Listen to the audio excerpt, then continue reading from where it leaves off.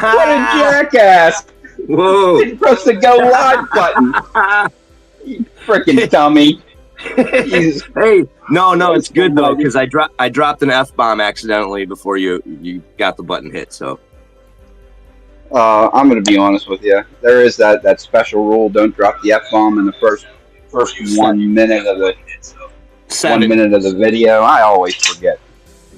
Oh yeah, it's 1 minute, wow. 7 seconds. It's 7 seconds in the video, 7 minutes in a live. And the only reason I know this really well is going back to Nico Watershed Records. His stuff's really, really dirty. So he has the Rob You Blind, the I Am the MFer series. Like he has to put a thing in front of it so it doesn't get demonetized on the videos, and it's 7 seconds that he's got to like, and then he's got to do certain things like in the titles to cover the word or just not have the word, or like he's figured out all of that because it's all running into him and demonetizing him. So I'm like, oh, this is good to learn. That sure is. Just in case, you never know. So what are you gonna do here? Oh, well, I guess I'm going to start picking. Hopefully some of the guys show up. I did send the link to Dutch and Chevy. We'll see if they come in. If not, the link is in the description. If they come in, they will we'll lose our entire audience at this point. Well, how about that? Oh, well. Hey, I just saw 6 people watching there for a second. It's like they popped in, was like, what is this? Oh, lock picking. I'm out of here. They were like, no lock picking. I'm out of here, man. Lock picking. What the hell is that? I'm gonna take a little test ride of this Chris Dangerfield Nano rake set. That's good. I've been messing with my Medicos here for the last day or two, because I'm doing the progressive pinning where I'm doing the pack lock. I'm gonna record. This is another chore for today. I gotta record another video for the pack lock with the 3rd pin going in. But after the pack lock comes the Medico, and I'm gonna be honest with you. I haven't picked the Medico for probably a month or 2. So we need to get our proverbial shit together. Yeah, come on, man. What are you doing? What you doing, man? You gotta stay up on everything. It's hard, dude. My picking is gone. Like, I don't know, this last week, I've just not been able to pick that much. Bits and pieces and bursts. And man, I just, I got to sit down and really get back at it. I got it. Well, I'm trying to dial myself back into 1100, kind of touch. And, that's not what my heavy hand likes to do. So that's one of my new projects. Your heavy hand likes the master lock beatdowns. Oh, it's so fun. You just get to pound them. You don't have to care. I know exactly what you mean. That's fine. I'm actually not going to start with that lock. Oh, speaking of Medicos, remember our boy raked that one last night. Yes, he certainly did. I don't have any of the ones that. Well, I mean, I guess I have one that might be rakeable. Actually, this one here could possibly be rakeable because it is one that I got from eBay, and it has a right-hand turn, right-hand turn, right-hand turn, right-hand turn, right-hand turn, left-hand turn.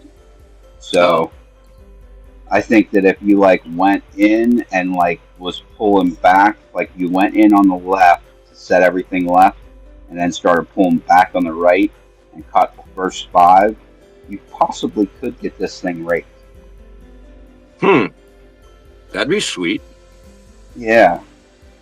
I mean, I have a bunch. I went through my Medico phase where I downloaded their patent and was like, well, that's really cool. I got to buy some of those.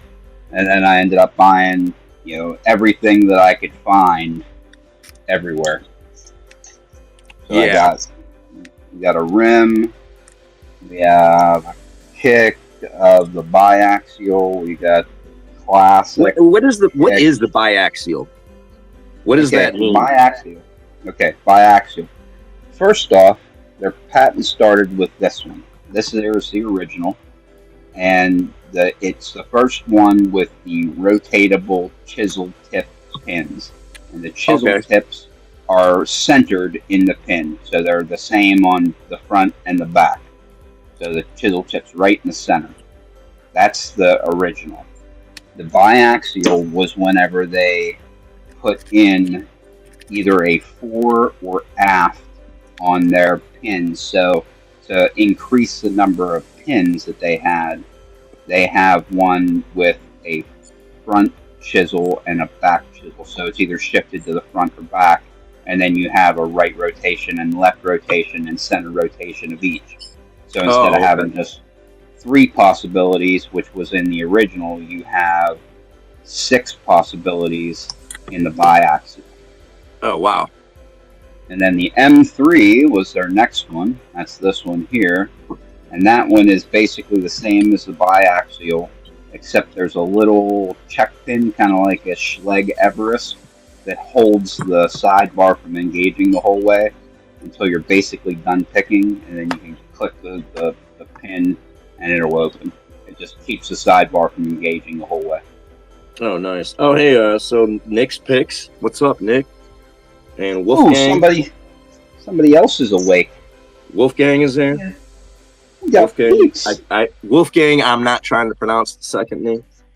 Groch. Oh man. Roach. I tried to say like one word, and like I had Jim teach me a couple words. How to say, actually no, how to say rate that S ish. And I tried saying it, and he was like, "Yeah, you're not," with an accent. And he was like, "You're not getting the accent right." I was like, That's okay. he was a That's good something try. that I started learning as I was doing the radio thing. It would be like you would learn, like around Christmas time, you would learn how to say Merry Christmas in like a bunch of languages. You'd write them all down. You go online and freaking how to pronounce, Merry Christmas in Swaziland or whatever. Yeah. And you'd write them all down, and then you'd start making contact for Christmas. It was cool. It was fun. Oh yeah. Like if you're talking to somebody in Oman, when you say goodbye, it's masalama, my friend. So. Well, Bach is hello in Croatian or whatever the hell dog picker speaks. Is Bach and Devijna, I think, is goodbye. Devijna. And then like somebody in Russia, it's say Spatsibo if you were gone. Das Svidanya. It's just certain ones have stuck in my memory. Das Svidanya. That's kind of well known. I know Feliz Navidad. Hey, there you go. Exactly. I got a couple, Spanish phrases stuck in my head. Man, it's really a shame I never learned another language. Yeah, I didn't either. I mean, I took Spanish in high school, but it was like I took enough science classes that it was like I don't need this shit. Dude, what sucks is I was in school in the 1980s, man, and like literally people told me taking Spanish was a waste of my time. They're like, you need to take French. That's the smart kid language. I was in AP and stuff like that, and I was like, I think I want to take Spanish. I kind of wanted to speak German, but we didn't have it. So, but literally, people talked me out of learning Spanish when I was in school. Like, you're never gonna need it. And then I moved to Houston. I was like, I really need. Oh man. I really need to learn. Although I waited time in the 80s. I waited tables for long and bartended for a long time, man. I've learned that I can communicate. It doesn't matter if we speak the same language, if you're deaf, if you're blind. I can get you. I can be your customer service person. We'll get the job done, and you'll get good customer service. I'll figure it out. Oh, yeah, the '80s were a different time for Oh, everything. I mean, yeah, yeah. The weird thing is, people were the same, dude. They just had People were different always stuff the same. going on. Yeah, it's just what they're doing and how they're doing it changes, and then we think, oh, the people were different at this time. No, they weren't. Yeah, you're probably right there. Hmm. I'm a sociology. Studying people is kind of what my longest running passion. Chevy, morning. Hey guys, how you doing? Fantastic. Greg Allier, what's up, man? Just here to drop your audience in half. Oh no, it's okay. One unhinged lockpicker showed up, so he's got you covered. He covered your spot. Hey, this isn't for getting a lot of people here. This is for just getting a couple. It doesn't matter to us. If only This two isn't- people show up and both of them are on stage with us, I'm good with that. Yeah, this About is getting about to know people, talking, hanging out. we want to accommodate you guys. We want to hang out with you on your time, because I get the feeling that we're not getting the freshest Chevy when we get you at like what is 3 a.m. your time when you're trying to like jump in on our lives. So we want like 6 a.m. Yeah, Mm. yeah. So you've got a 9 p.m. Chev. yeah, and that's Yeah, dedicated. that's a tough. And then the stuff Pocket Women has to go through to like be awake for get the worst messages from her. She's like, oh, okay, I've been up for 17 hours, but I'm about to jump on and watch your show. And I'm like, no, go to bed. Go to bed. Yeah, that's wild. I don't know how she does it. Yeah, she popped on my live with me actually this week, and it's like, isn't it like 6 a.m. there? She's like, yeah, it's 6:30. It's like, holy crap! And she stayed on my live literally to basically the very end, and then she's like, okay, I gotta go now and start my day. It's like, oh man, and then she'll be that's like, a tough I'm gonna way go to start it. I'm gonna do an 8-hour live a little bit later. You're like, wait, what? She's a machine, man. Absolute Yeah. machine. Oh yeah. Yeah, agreed. Hmm. Let's see if I can I'm pick wondering this what's up. holding me up in this freaking month right now. That's nice there. What are those for, Chef? So these are M2 Browning machine gun handles. What? Yeah. So I picked up a small job. There's he's like an armory guy and a militaria guy. Yeah. There's a movie they're going to start filming tomorrow, and he's got 5 M2 machine guns that he wants the handles for, the grip handles and charge handles. So he's hired me to turn them, to make them. Oh. So I've got another 4 or 5 days to finish about 15 handles. Dude, that's crazy awesome. Yeah, It is awesome. yeah. I mean, I just started turning dimple picks, and then all of a sudden, guy's like, "Hey, you want to turn some machine gun handles?" I'm like, "Yeah, Who says no to that? yeah." Oh, totally. Yeah. So I've Not just do you want to turn machine gun handles for a movie. yeah I'll be for a back in movie. sector. Yeah. So I Now don't you know the can, film yet or anything, but now you can get that movie, put it in your library, and anytime somebody comes over, break the ice. Like, yeah, let's watch a movie. Those are my handles there. Oh, I yeah, totally do it. yeah, I thought it was cool. You know, a little opportunity for a little money, and just a really cool opportunity. So, but yeah, it's a bit of crunch time. He kind of wants them by Thursday. I've got about maybe half of them done over the last few days, so I should be okay. But it's like, I got to spend the next few hours kind of working on these for the end of the night. But yeah, after I stain these last ones here, I'll grab Medico out and start picking. Mm. Yeah, with that one pick you use.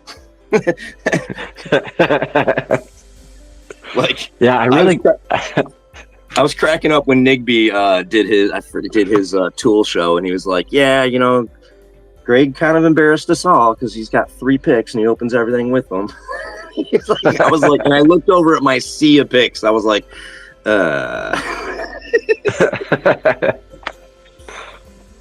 Yeah, it's terrible though. I don't know why I don't pick up picks. Like I need some more picks, but I bought a few and I just started opening just about everything with them, right? So I figured, yeah, if I can't, if I can't open it, okay, fine. If it ain't broke, don't fix it, man. You're sailing, Yeah, true that. But man, there's some really nice picks and pick makers out there, so I would like to get my hands on some for sure. I truly, and it messes my picking up.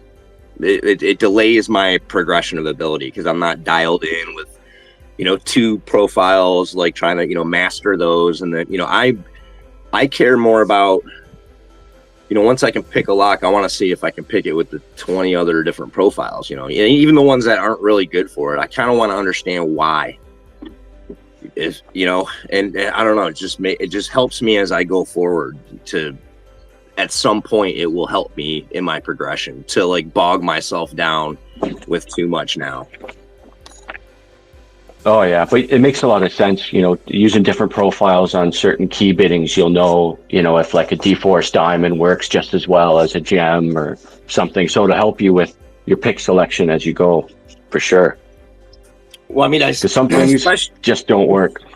Especially with the raking, like if I get something to work with one rake, I'm like, okay, now I want to get it to work with the other profiles or know why it won't, I want to have that feel ready to, like, I want to be able to just know, oh, I want this pick, so it drives me nuts. I can send Loki a message and just show him a picture of the lock I'm going at and just 2 words of the problem I'm having, and he'll just go, this profile. And I'll grab that, I'll get in there, and I'm like, oh, that worked. He can psychically pick my locks through me, just knowing what to do. Nice.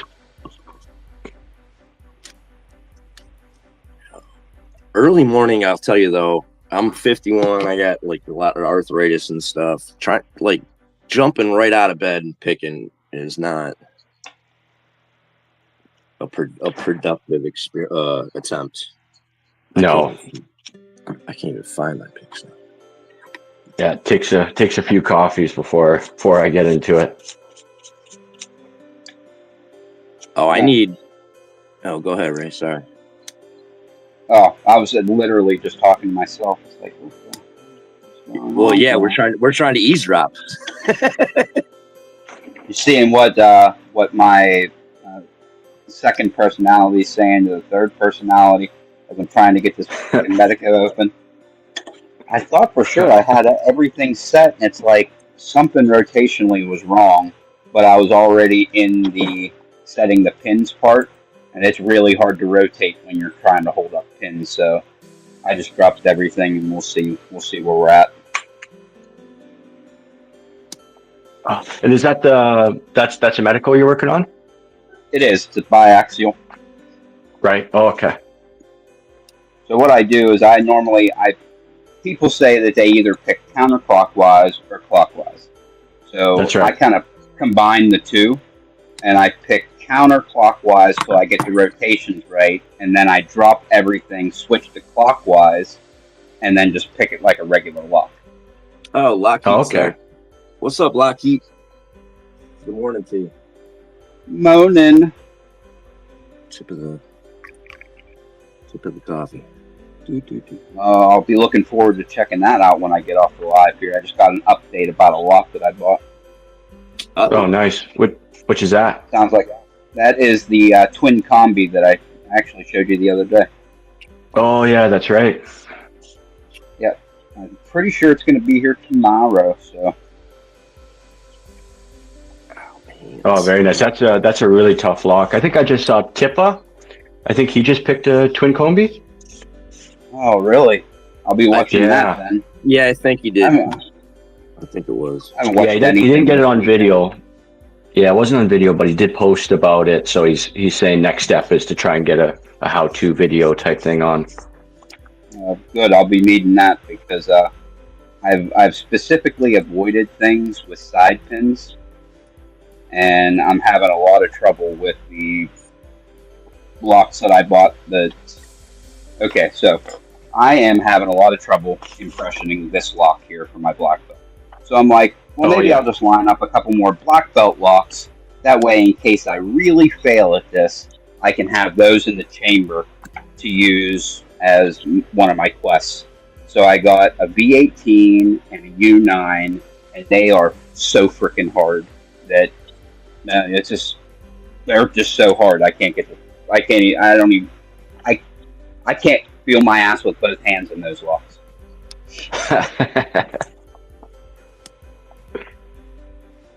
They're just going back. Crazy. Oh, sorry. I said they're just crazy. So. Oh, definitely. Well, going back to the side pins, I don't think the twin combi is the one you want to start out on with the rotational side pins. And I think generally the side pins give you a very muted feedback. It's not a great one to learn from. Well, that's actually good to know, because what would you suggest, getting like a V10 or a 6000? Yeah, a V10 has a finger pin very similar to that of the twin combi. So if you're looking towards the twin combi there, it has finger pins for the V10, so that's not a bad one. I've got this massive V10 right here, so that's got some finger pins. It's a mogul. Yeah, it's a mogul. Yeah, this one was a prison lock.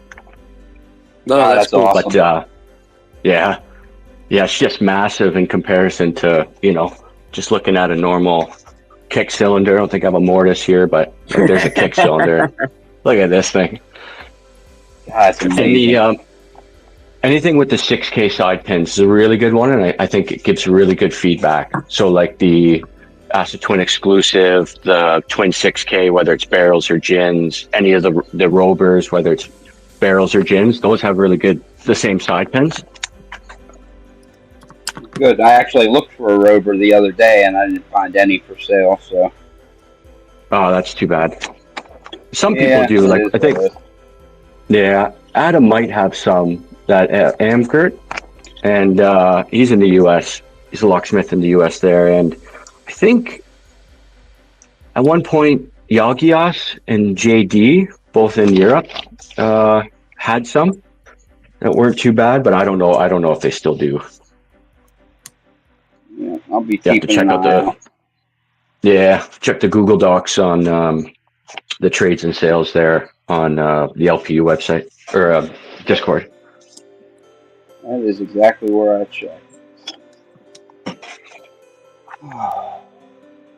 Yeah, I've got this thing's putting up a fight. Yeah, I gotta start buying some locks, actually. I may need to frickin' progressively pin this thing. Frickin' wrap my head back around it. Speaking of, I gave that freaking Packlock 98 Stu. I wasn't even thinking. Let's let him start getting in it. I was like, I don't have one to pin with you. Nah, it's okay. It'll be there.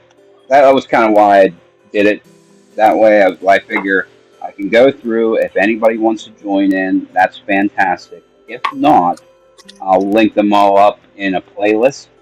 That way people can go to them, a year from now or 2 years from now. Because I'm still looking at, Artichoke's videos on, gins and the U9 and all that stuff. His videos are freaking outstanding. Oh, they're top tier. Artichokes are so good. I don't know how he does this thing, but boy, he's really good. Yeah, so he's got all the stuff on the gins and barrels are awesome, and he's got a twin combi one as well, which is really good. And he's got the camera looking in the back of it. Yeah. Yeah, so that's a good one to look at. And I think he did the public first on the Medico M4. That is correct. I actually just watched that on Friday. Yeah, he's got All right. solid videos. I don't think he's really put much out, but he's still active. He's like an honorary Aussie, so he's in our Aussie Discord page, and he's always popping up chatting. Oh, nice. Well, we're gonna start trying to fix something else because I'm getting this stupid stuff. Oh. Let's fix something else.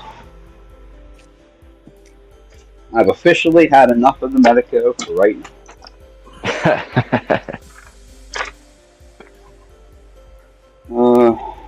That might be good for later. Oh, I know what I can pick now. This is a good confidence booster. Let's pick some gins. Gin it up. Yep, that always makes me feel good about myself. Yeah, that's what I want to do right now. Gin and tonic, or? Too early for that. Yeah, well, fair enough. Yeah, of all the morning drinks, I could, if I was gonna have a drink in the morning, man, that one would, anything with that much bite. I just that one's a little too much. My dad used to drink gin and tonic, and I'd smell it, and it would smell like Christmas tree water, and it just like turns my stomach just thinking about it. That's a great description, man. Yeah. Very piney. Tree water. Oh, yeah, no. But that's why they invented mimosas, because somebody was like, "Nah, we need a nice way to drink in the morning." So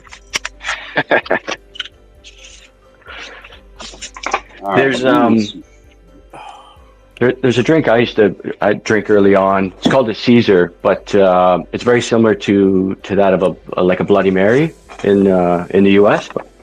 Okay.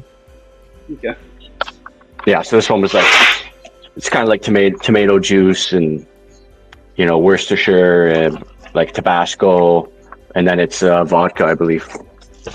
The worst two drinks to make as a bartender are the Bloody Mary, and if you do a good one, if you just do slap a pre-made thing in there, it doesn't matter. But a good Bloody Mary, or doing like just one, basically an alcoholic milkshake, any of the where you gotta like blend it and drizzle chocolate and do all that, it's like, oh, when it's busy and you get either one of those as an order, you just are oh, come on, man. Like, yeah.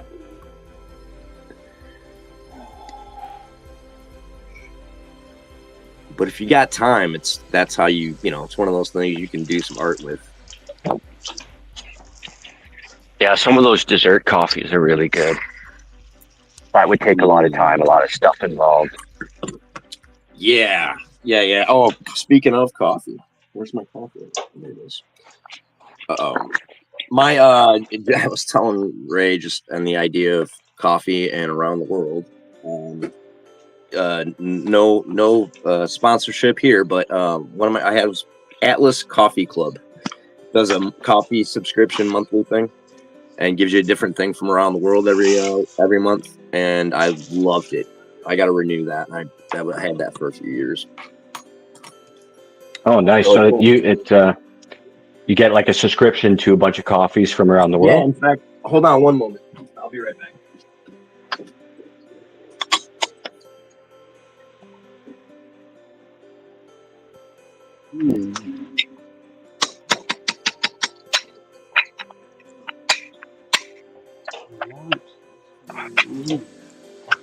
All right, that is it for the staining. Off to the locks.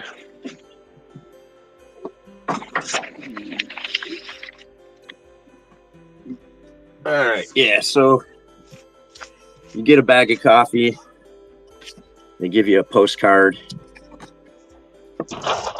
Postcard tells you a little bit about the country, and then they also give you like a card for that coffee. Tells you what the taste notes are, gives you history of coffee production in that country. So I've got them from all over. Super Rwanda, Mexico. I got a bunch from Costa Rica. My favorite coffee from anywhere was Burundi. Oh, Burundi. I was going to say, I've been to Costa Rica a few times, and that was always one of my favorite coffees. That's some good stuff. I've had a couple different, I got a couple of them from there. When you get good, when you get good coffee, man, it's crazy how much flavor is going on. There you go. Oh, yeah. There you go, Stu. Burundi. Yeah. Oh yeah. I remember these vividly. This was last summer. There was there it is. There was a lady named Elvira who went all by herself and activated this country. And I spoke to her 2 times. That's so cool, dude. That is so neat. That it just, I don't know. It's not the game of it, but the. But that's exactly why I like it. It's like collecting baseball cards or Pokemon cards. Yeah, it's like this 340. Weird, it's this weird, but like how people have to go like activate these places too. Like there's like this chess game that you guys all play, like with making it coordinating it all. You know, it's just fascinating, man. Like, and cool as heck that you all do that. Yep, that the team that did the activation of Bouvet, the one super rare one that I told you about. It's like a sub-Antarctic island. It's between South Africa and Antarctica, and it's basically the most desolate place on the planet Earth. When they went to do this, they spent like $750,000.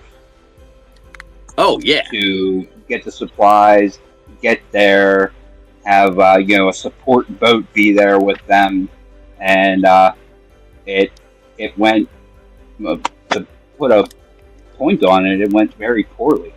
I mean, they made like 30,000 contacts when they were expecting to make 250,000. Well, they couldn't. Yeah, they had a lot of trouble getting the generators on the island, so they weren't able to run high power. They had a lot of weather issues where they ended up stuck on the boat. They had a ton of problems. But that's part of what made it so rare. You know what I mean? If anybody could just go there and use the radio, then it would be rare. The only place that was more rare on the planet Earth was North Korea, and that's because it can kill you if you have a radio.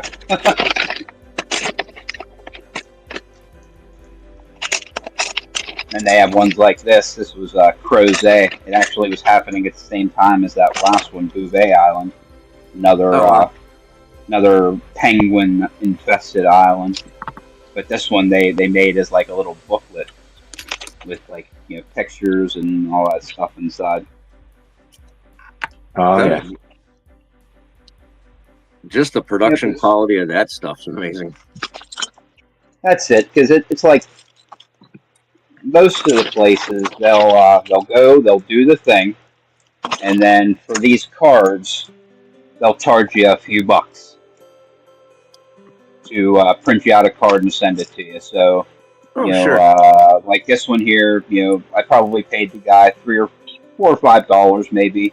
And then, they'll use $1 of that to print a card for you, another couple bucks to send it to you in the mail, and then the other couple dollars will go to fund their next expedition that they do. Oh, that's so sweet. They're constantly trying to, make the money back and then go on the next place, and then make the money back and go to the next place, because they collect donations from people. People, just, I don't know. It's just a cool little thing that they do. What are you picking, Chef? Well, Ray mentioned gin, so I've got the Ruco 500 with gins. That's exactly what I have inside my vise right now. Oh, nice. I'm going to do the Ruco 500 with gins, and then I'm going to do the Asa 600 with gins, and then we're going to pick the 700. And then I'll feel good about myself. I moved my master lock off screen, and I'm gonna look at the chat. Hey, Deadlocks, Beer Cram, Bushcraft, Tin Hat Picker, Space Miner. What's up, people? Hey, we got Tinny. Tinny. Nice. Tinny's got a lock for Nick, it looks like.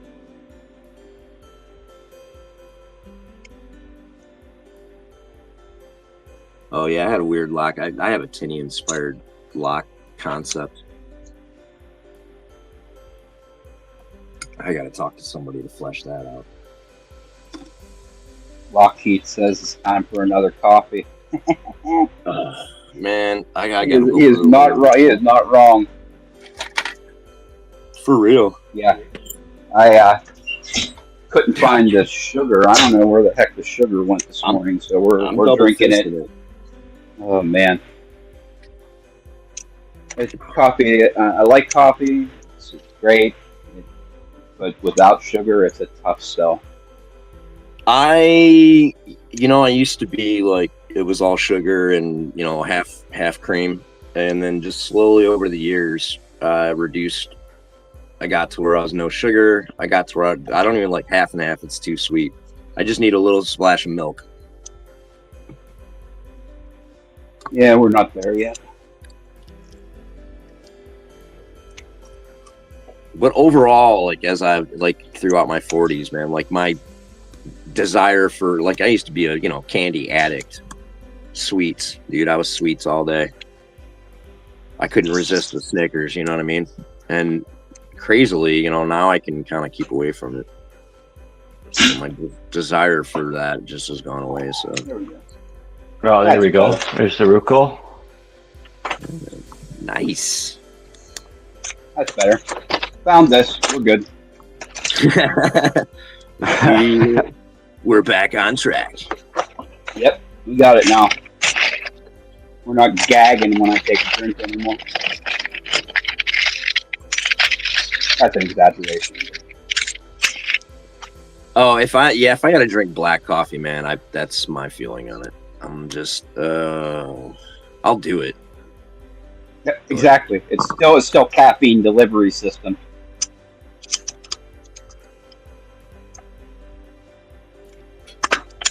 So yeah, for the twin combi. So I've got a twin combi and a Ruko 2 padlock. Oh wow! Yeah, so one of the snowman cores.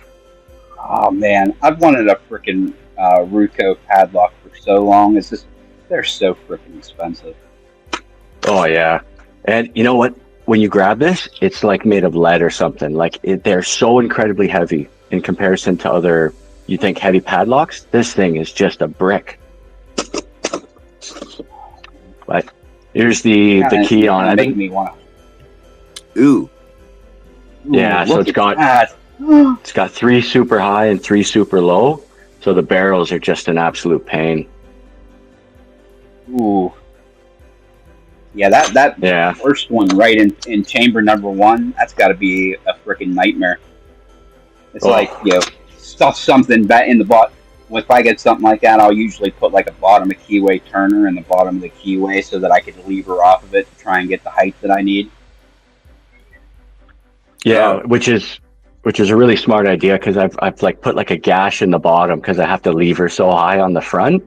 So I've started to use the bottom of the keyway tensioner because I did kind of gash the brass on here. Oh wow, that's exactly what I do. But what I also have. Yep, good. Sorry, I've got this is the Dorma Kaba DC 500. So it's kind of like the little brother of the Asa 700, and it's in the Snowman core, so I can replace it and toss it in the Ruko 2 as well. Oh, it's super cool. Yeah, ton of fun. I made a video on it for Dan Points, but I haven't put a video on of doing this Dorma Kaba. It's got like 4 trees or something, but the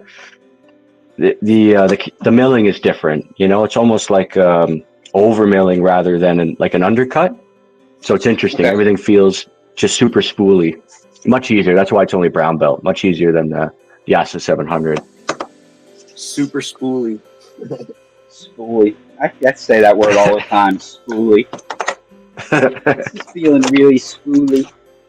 Yeah, spools are spooly. That's that's my only reference point. I know spools. I don't know them, but I know the feeling, sort of. And I can say that like a lot of times I'm like, yeah, I think that might be a spool. Like it kind of feels like a spool. It feels spooly. So I've said that a lot. Oh, there we go. Okay. So I borrowed this lock off my buddy TO2. It's called the Anton, and it's got it's about 10 pins, I think, 10 or 12 pins in 3 different directions, like top, side, and then diagonal. And it's got the wildest key. I haven't opened it yet, but this is the key. Oh my god, that's so nasty. Yeah, so it's got pins. Keep dropping this thing, rolling off. Yeah, it's got like bitting at the top, and then somehow these weird spools that are in here count for the bitting on the side, and somewhere else it's also counting for the bitting on the right side, the left side, and then here's the top. But it's like just a wild. I think it's like from Thailand, but it's a really cool lock, like unranked or something, but really neat. Dude, that is there's a ton of locks that aren't ranked that should be. Like I just picked that Secure ME K22. Georgia Jim's picked it. Doc Hogmasters picked it. I'm like, I wonder what belt ranking this is. Not listed. I don't know if it's just because not enough people have picked it to freaking get an idea or what. But there's a lot of possibly locks I've noticed. Yeah, that's it. It's just the availability, whether or not enough people have the lock to try it out. Not that the ranking really matters, right? Yeah, thank you. Man, it's super cool lock though. It's 11 pins in 2 rows. It was a fun pick for sure. Wow, very cool. I had this Secure M. Yep, Secure ME K22. I had this idea. I was like, okay, we'll buy some locks, and then we'll sell them, turn them over, and then buy some more locks. Yet I have never sold a lock ever in my life. So that's where I am in my locks. What you're saying is locks. A breakdown in that plan. There was. That plan failed. I want to keep these locks. That's exactly. Because it's like, when am I going to come across it again? I got to keep it, you know? Well, just look at right now. You and Greg are talking. You guys get talking about medicos. You guys can whip out medicos. You get talking about gin spools. You can pull out your Ruco or whatever. And I have a feeling that if you had sold any of these locks, at this moment, you'd be like, oh, darn it. I had that. I could be playing with that right now with him, or if someone asks a question and you're like, oh, I can tell you, but I don't have that lock anymore. So you're a kind of, I don't know, you should have all the locks still, guy. I think that you're right. I think that you're absolutely right, and that's exactly what would happen. All right, here we go. Ooh, I just got another update. This one is from... I got an estimated date for my covered instruments package, Wednesday. Oh, Space Miner turned a school bus into an RV. Oh man, I'm so jealous. Oh man, that'd be a wicked road trip. I've always wanted to do that. Get the magic school bus. Yeah. Lockheed just said how things get ranked. He said to send it to 3 other black belts to get it ranked. Well, okay. Definitely Georgia Jim has done the K22. Doc Hogmaster did the K22. Wonder if it's just like they're waiting for like another person to frickin' pick it one of these days to get it ranked. Yeah, maybe you just got to go in the dojo and just ask or whatever. Well, I'm not sure. As a new black belt, I'm not sure. I would imagine that goes. Every so often they gather up and go, okay, like let's kick this one a belt or something. I'm not a black belt yet. I'm still a red belt. I'm still working on my black belt stuff. But that's actually, I came across, I was talking to somebody yesterday. Yesterday? Yeah, yesterday. About the American 1100. And he was saying how it doesn't seem like the Paclock 98 Pro is that much harder than the 1100. And why is one ranked green and the other one ranked blue? And it's like, well, it actually used to be ranked blue. The American 1100, they downgraded it. Oh, okay. I got downgraded. Downgraded. Which Yes, is the wrong downgraded accent green. because it's a Jim Jeffries bit, and he's Australian, and I can't do that accent unless I've been listening to it for an hour. Yeah, I live here and I Jeffries can't is do that accent. hilarious. I love all those. There's like a genre of comedians that are like my comedians, which is Jim Jeffries, Bill Burr, Oh yeah. Bert Kreischer. Oh, so freaking funny. Oh my god. I mean, Bert's good. Bert's more like one of those guys. Bert's just a funny guy. And you know what I mean? He's just a silly, funny guy. And like, so he got it, man. Anything he could just tell you a story about eating cereal, and he's gonna make it funny. You know, you're gonna be laughing with the cat. You know, so that's like one of those cats you want to like hang out with all day. Yeah, I love Burr, dude. He reminds me of me because I'll be like sitting here picking locks, and I like won't have a shirt on because when I record, I turn the AC off right next to me so that it doesn't freaking annoy everybody. Yeah, So I like can't start getting hot. I'll be sitting here. I'll be sitting here picking in shorts and no shirt, working for 2 hours, just hanging out. I back in my party days, I was the shirt comes off keg stand time guy. So I do I identify with Bert in a lot of ways. Then like Doug Stanhope's my all-time favorite. Oh, I literally can't. I'm the anti Not Too Dead. Dude, he gets on it live and he can do magic. He raked the Medico in his handcuffs last night. Which was because I literally, when I thought about those locks, because he has the brother of the cuffs that I want the boas that have the Dorma core in it, the Asa Dorma. Okay. And or Asa Desmo, sorry. It's the Desmo. Oh yeah, Desmo, yeah. And I was like, I'm thinking to myself that these would be impossible to pick off your wrist. Impossible. And then he goes and picks it off his wrist. It's like, what? Off his wrist is crazy. Yeah, and then he did it. That's what he did with the pack lock. He got in the pack lock the first time on picking time while handcuffed, and then he threw on another pair of cuffs and got in it again. Then threw on a third pair of cuffs and got in it again. And then last night, as soon as we stopped the live, he was trying to rake that damn thing. Couldn't rake it when we stopped the camera. He's got the opposite problem as the rest of us. Yeah. It's like his locks are divas. Yeah, and our locks are camera shot. They won't perform without the camera. Yep, they need the attention. They're like, we don't do rehearsals.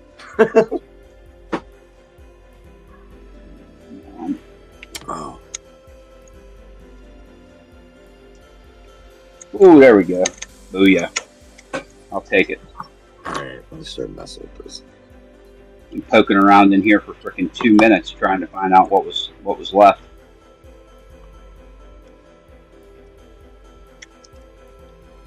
Yeah, that's the thing. Well, I can kind of understand you guys now when I watch you pick these things. You know what I mean? I've listened and watched Georgia Jim and Chevy and you and Loki, and you know, I've learned enough terms and I'm getting used to what these locks kind of are and stuff like that. The thing that still kind of my mind can't wrap itself around is how the hell you figure out when you got multiple planes to pick, whether it's sidebars or pins or, you know, whatever. It's like, I just don't, my brain hurts trying to think like when you figure out to go from this plane to that plane, you know what I mean? Like I panic thinking about going from front to back just in pins. Like I can't like it's just Okay, so adding what I in. usually do, Yeah, what I'll so usually do is I'll pick a plane and pick that. So if I have pins on the left, on the top, and on the right, I'll pick on the left until I run out of things that are happening. If nothing's happening, then I'll switch to the right and pick the right until nothing's happening, and then go to the top and see if there's anything up there. And I won't switch planes until I feel nothing, and that usually works out. A you lot do of times you you end up doing the ping pong thing where you I was end up just gonna dropping say pins. that's Yeah, when once you because start ping ponging, man, that sounds like the nightmare. it happens. It definitely happens. There's actually Lockheed just mentioned a lock that you'll have your ping ponging all the time. The Nemeth NF2 is, where are you? Deadlocks at LPU. Lock Pickers United. Oh, someone did answer. Lock Pickers United. There it is. Here it is. That's the DOM. The Nemeth NF2. This thing is a hard lock, man. It's goofy. It's got like tapered ends on the pins, so you'll push something up, it'll click, it'll kind of feel like it's set, but the tapered ends on them, they like to fall and ping pong around. So Oh yeah, that's why they call this the cursed lock, is because it punches way above its weight. It's considered a purple belt lock, but it's hard. It's a hard lock. yeah. I've got a full year of the NF3. I bricked one in December, but Oh, that's terrible. Oh, that's funny. I'm trying to think if I'd brick. Beer Can said he thought the U was United in LP or Union in LPU. He was too political. Frickin' tinny. Alright, what do we want to pick next?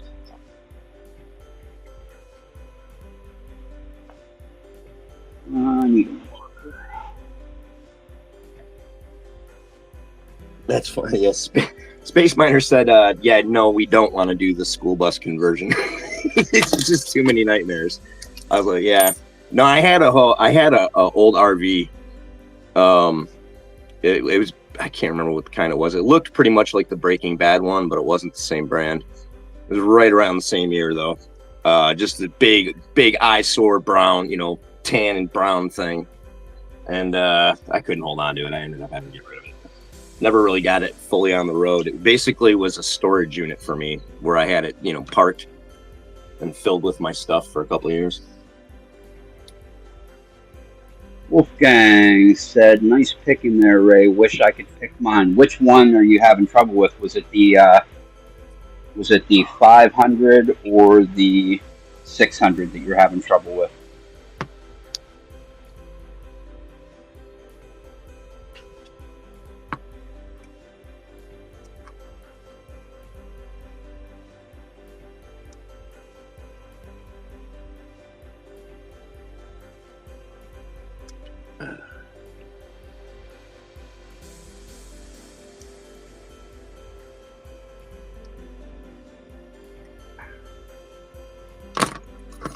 Chevy out.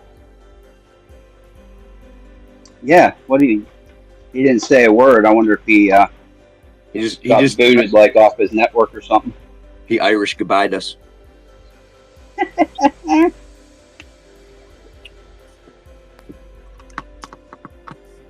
Irish goodbye. Boy, I haven't heard that phrase in a long time. That's funny. Yeah, I used to do the Okay, Scottish well- goodbye, which is similar to an Irish goodbye, but you take something when you're leaving. Okay, Wolfgang said he's having trouble with his Ruco 500.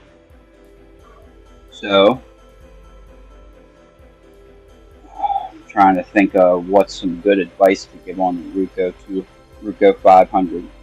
So basically, the premise of picking this thing is you pick all the pins, because there's probably, I would say, either one or two tapered pins, usually back in the back of the lock. So this one here has tapered pins in 5 and 4, and then gin spools in 3, 2, and 1. So I'll pick all the pins just as I go through, paying close attention to 5 and 4 because I know that's where the tapered pins are. So I'm picking 5, 4, 3, 2, 1, 5, 4, 5, 4, 3, 2, 1, and just picking through the lock until I get all of the gins in the sleeve, and then 5 and 4 set. A good practice for that is I actually bought, where are you?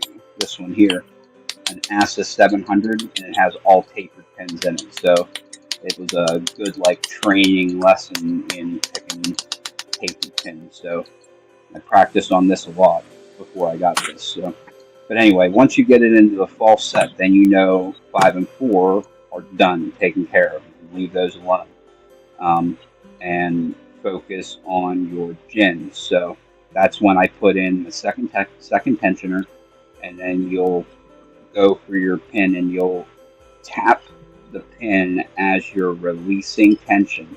Tap, tap, tap, tap, tap, and kind of move your pick around and hit on different parts of the point as you're releasing tension. And as soon as you feel that gin give, crank the tension back down and catch it. And then you can move on to the next one. That's pretty much how you pick gins, is just tap, tap, tap until you get it to move. And as soon as you move it, crank down the tension to catch it above the shear line. I was expecting Chevy to be back.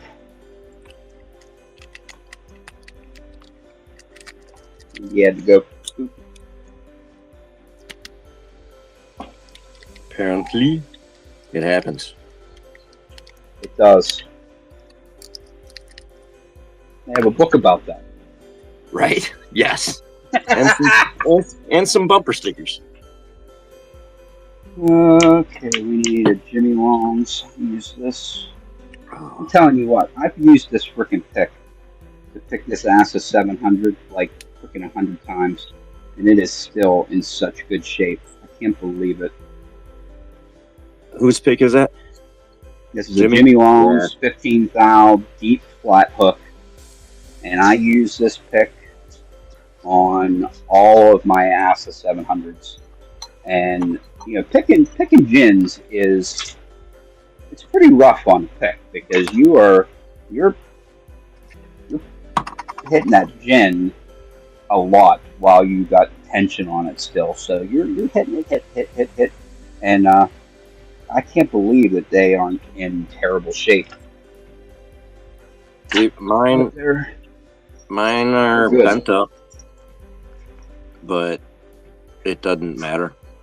Like they're just little dings. Doesn't affect. They're so strong. Like I can abuse really these things. I can abuse these things, and I do. Or I used to. I gotta get back to you. That's good. I just went into my Jimmy Longs here, and I found this little baggie here. These are my Swift tips that I was looking for. I had no idea where I put them. Hey, Wolfgang said, do barrels pick the same as gins? Because he's got barrels in his. Oh, if he has barrels, they do not pick the same way. I mean, they're similar, but not the same, okay? So you don't really need to float pick barrels.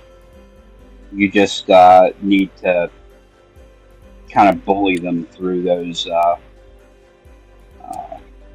through the mill. Yeah, because they don't have counter milling like Oh, I get you said it was sleeved though. Oh, that's really weird. I didn't know that they made a sleeved barreled 500. That's very unusual. I have no idea. I've never known one to be sleeved, so I have no information on that. Yeah, I know what you'll be doing after this is done. I'll be looking. I'll be looking for a freaking sleeve Right. 500 with barrels. Well, here's the one I don't hit. Yeah. I've got that Zeiss on the way from Loki. Nice. He actually just posted a one of these, an ASA 600 Oh, with nice. gins, and I considered buying it, and I'm like, I don't know. I mean, because this one here, I love this lock. It's really fun to pick. It's, I learned all my stuff about gins on it, but I don't have a key for it. Oh, His yeah. his has a key, and Oh, even I though gotcha. I don't use the key, you know what I mean. We're lock pickers. We don't need freaking keys, but I like having keys. If that Yeah, makes yeah, sense, yeah. No, because it I totally find does. myself sitting there. Yep, I find myself sitting there whenever I got it and just freaking fidgeting with it like it's a fidget. I'll sit Yeah, there what and was this is the last one I bought off him. set the dom. Yeah. It's I got one too, but mine has been standard damaged. I know why we do this, but it still breaks my heart every time I see it. Oh, cut. Yep. Yeah, this is the one. I don't know. I'll probably end up cutting this just to give half of it to somebody. So That's exactly that. It breaks my heart to see it done, but I know why we do it. We do it so twice as many people can right. pick the freaking lock. I feel selfish sitting here. Like, I have 2 locks. I don't have 1 lock. I have 2 locks, and especially because I have a key that could go with the other one. So, like you said, it's even better, because half the time I do it, I keep the key if I only have 1 key. If I cut it, Yeah, that makes sense. So, but yeah, and then and then I got. Oh yeah, like see, here's, I don't know, Abus. I don't know what, D6 or P6 or something like that. Chopped that, sent that to Otter.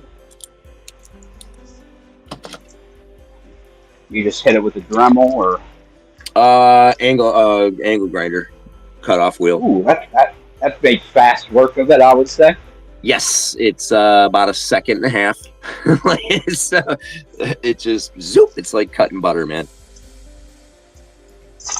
It feels like I need to chop more than 1 lock because I go outside and I gotta do a couple clamps to do like some, DIY clamping system to be able to hold it. So I'm not cutting my fingers off trying to do it in my hand. And like I do all that and then zoop, it's done. I'm like, man, I should get more locks. I should cut more stuff up, I took all this time. Wolfgang said that he tried to bully them, like I said, which is what you normally do with a barrel that has milling, because you're basically just pushing that through serrations in the core. It doesn't really have like a super deep undercut, so it's just like, it's clicking and crunching as you're pushing it through those serrations. And he said that he broke some picks trying to do that because of the sleeve, which is exactly what I was thinking, because it's almost like barrels in counter milling, which is funny. I've never even heard of that. Everything that I've seen that had ASA barrels in it had the new style milling. That's super cool. I'd love to know more about that lock. Wonder if Lockheed knows. He's in the chat. Oh, man.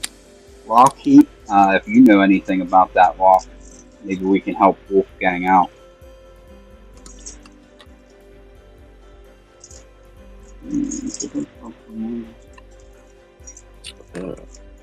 I'm losing picks.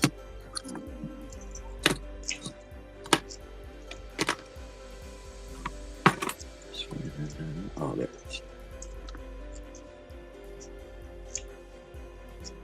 I find myself doing that all the time, especially with these freaking high pin count ones, because they are so smooth.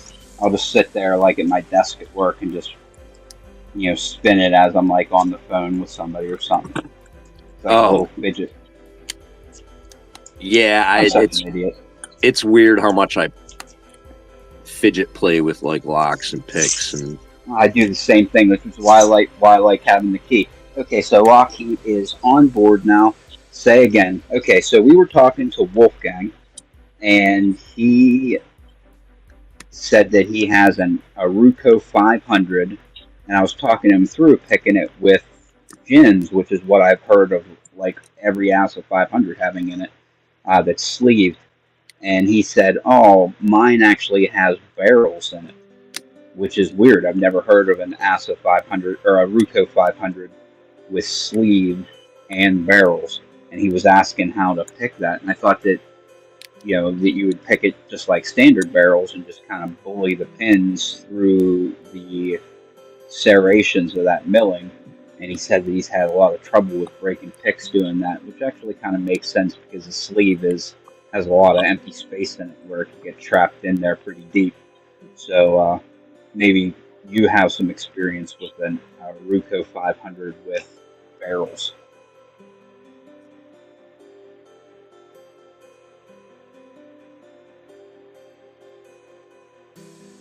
yeah, I mean, I would, if you're looking for strong, get a Jimmy Long. I actually heard that Rob Blondes are pretty strong too. Yeah, I mean, I've got the two.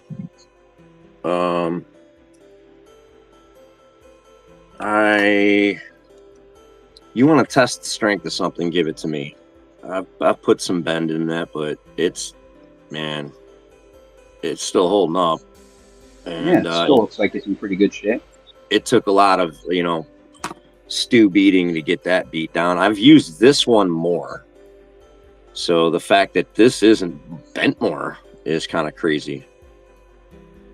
It's just but I'd say Rob Long definitely strong picks. I like him. I would love to have more. It's one of those accessibility things.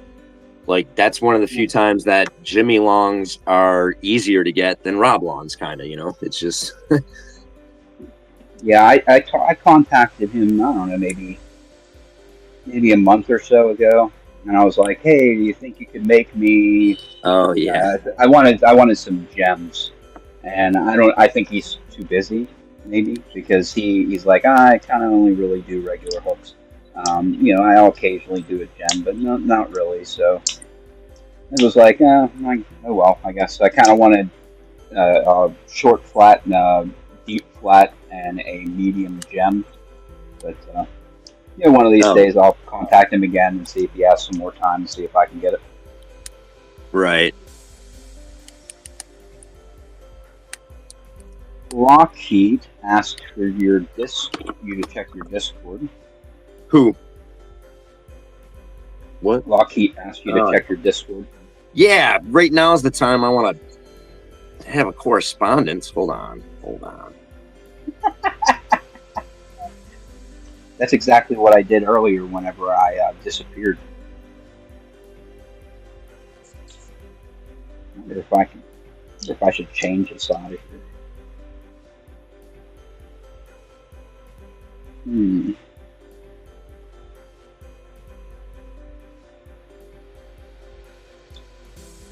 What do we think? That's what I got in here now. Quad and a quint. Aggressive cycloid. Oh, wait, what is that? Your FPS? This is my Swick. Oh, your Swick. But I have a quad and a quint in there, and they're like aggressive. They have like points on top. I was just looking through my other Swick tips, and I have like nice rounded, not aggressive ones. And I was thinking about maybe switching one or both of them out. I don't know. Yeah. I go back and forth a lot with that because I do. I don't know, generally you got a little more aggression with that quad than the Quint anytime you got the 2. But I like the aggressive attack of, you know, more of a Bogota peak. So I like to have something, you know, cycloid, something Bogota if I'm only going to have 2. Personally, I kind of generally tend to swap out the diamond or whatever to accommodate getting something else in a set. But I do like this. I think I'm going to leave it as it is. These are the titanium tips from Southern. Nice. All I have from them that are the titanium grade 5 or the the Bogotas. Oh yeah. I gotta get more. There's more Bogotas I want from them. And I got a quad and a Quint, a city rake, and then a hook. Which you'd be surprised that this hook, I thought that it would be really difficult to pick with, but it's actually not really difficult to pick with. Oh, nice. Yeah, it's actually not as bad as I thought that it would be. I've only used it on like master locks and Brinks locks and stuff, but yeah, that's all you use. Even if in general, yeah, it's better than you expected. That's always good. Yeah, that's a lot of times. That's what I. Okay, so I have a lot of pocket pick sets like jackknives. Yeah. And people are like, well, it's not, as good as X, Y, or Z. It's like, you can't compare them in picking ability to a regular. I mean, you can after Georgia Jim gets a hold of them. Pick set, or they're a pick set for you to keep in your pocket to goof off with if you're, if you want to pick a master lock, while you're killing time or something. This isn't the pick set that I'm going to use to open, freaking black belt locks. Although I have. Well, that's what I'm saying. Like you're not on the go. You don't need to pick a black belt lock. On the go, exactly. you need to pick, up to maybe greens. If you're getting into cars and storage units and houses, because you're dealing with somebody's locked out of something. That's what that's for. And yeah, like I got this set in my pocket. I got another little set, whether it's Bogotas or Turners or something, or the Slim Pickens in my 5th pocket. So that's my on the go. I usually have more picks in the car if I need something else, but yeah, anybody who's here, this is absolutely true. If you want to join us and come on, have something to say, want to pick a lock, just want to say hello, whatever. I did put the link in the description. I wanted to make it as easy as possible for anybody who wanted to join. So it's really easy. All you got to do is set your phone up, point it at whatever you're doing, and freaking come in. I mean, you can do it right through your browser on your phone. That's actually what I'm doing right now. I have my phone set up right here inside of a little holder. Let's actually show the little holder. Little holder here. It's like for a car. One of those little things you put in your cup holder. And I just stuck it in one of my wife's candles for weight. And that's what I keep my camera in while I do this. So you don't have to have some kind of special setup. Although, if you want to have a special setup for just the camera, Stu, you were doing. Highly recommend camera mount on a chuck vise. I really liked your way that you were using like a tube of roll of duct tape. Tape rolls. Yeah, that's for the. But I guess that doesn't hold the camera sideways for streaming. Oh, okay. But yeah, that's my other go-to. So I only have one vise. If I want to use the vise, I gotta use the rolls which work great, I'm actually going to show something to the group here. I remember watching this I can't remember who did it, so I don't know who to give credit to for this. But I'm going to show exactly what he did. He used a cup like this, a cup like I used yesterday to shim my new cups. So, and what he did was, I need some scissors. This is super cool, so this is definitely worth putting on the screen. All right, so let's get some scissors out. Okay, so what he did was he cut there, there.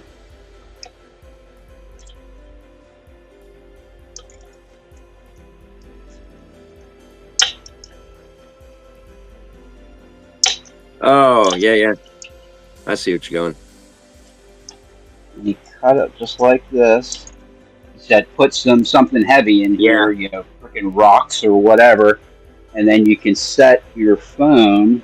Just grab something that's phone sized. Yep. Like this. That's a good one. And because you can tilt it at a little angle, right, like this, and use that to hold your camera. You can do it straight up and down, or you can do it sideways. This is good for sideways. I've used a coffee, like a big coffee cup, to hold it up and down as well. That's a good one.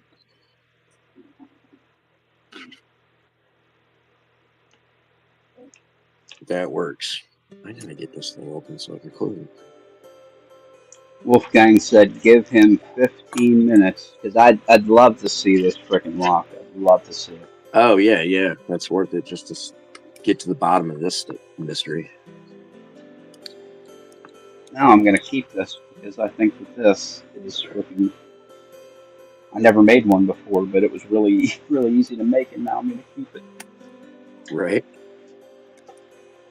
I would have, if I was doing that method, I'd have like 12 of those cups laying around because I just, every time I went to go, I wouldn't know where the one was. And then see, what I think I'm going to end up doing is I think I'm going to take this and I'm going to melt some paraffin and fill it with paraffin just for the weight. That way I can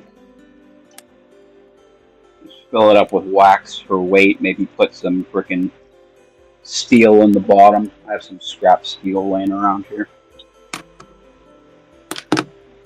You should drop a lock in there.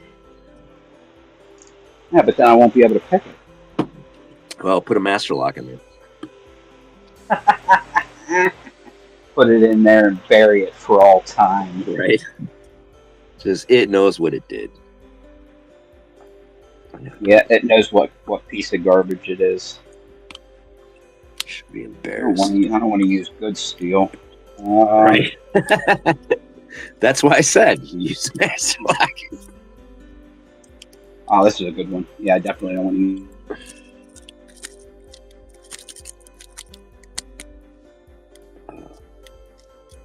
I'm just starting to be able to actually grab a pick, in all honesty. That's how long it takes. These a shot. That's how long it takes me to warm my hands up. One of my buddies sent these to me. Maybe I'll give these a pick today. Oh yeah, so the keyed one. That's I keyed that up. Okay. You know, I gutted it, and then I just took whatever I took a key I had, and I was like, I want to see if I can make a lock that works. So I threw in whatever the hell I had, a couple serrations, a couple spools, standard. I don't even know, but I can't pick either one of those.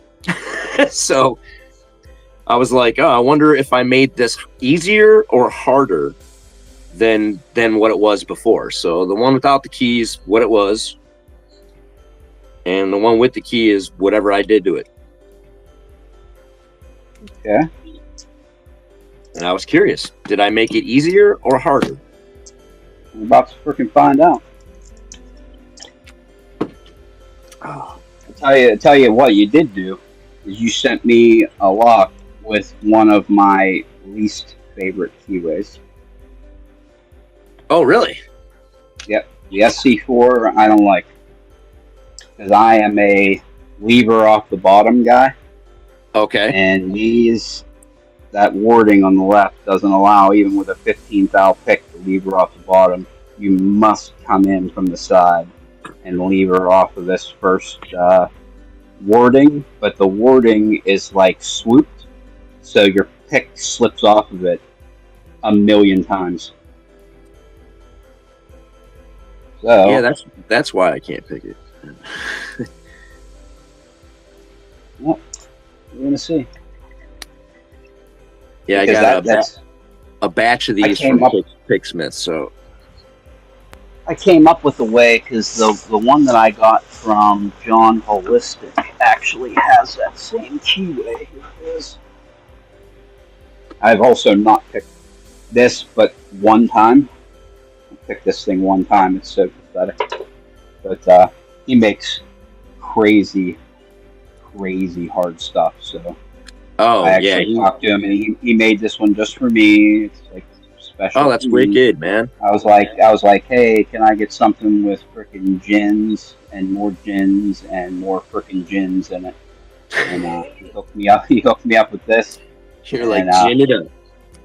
That's exactly. So I came up with a way to tension this because tensioning, like I said, I like the lever off the bottom, but this has no place to lever off the bottom. You have to lever off that stupid swoop.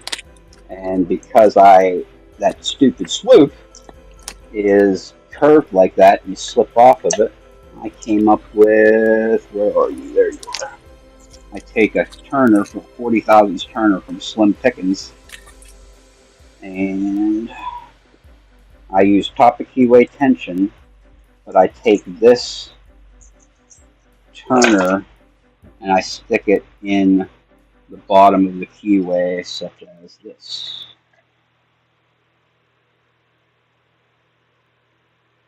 And I just put it in right there, and then I can lever off of the Turner instead of the Warden. So you and actually, also I was gonna say, are you fully levering off that, or is it just stopping the slip? well, both actually. Okay, Both. that seems It all depends on what angle you're going for. All right, let's see what we can do. We need a short hook because we're taking up half the keyway with the Turner.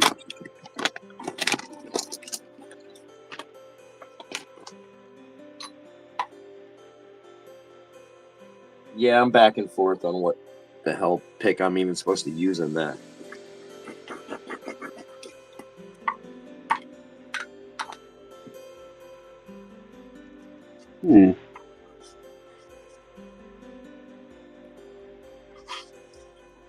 Nothing is binding.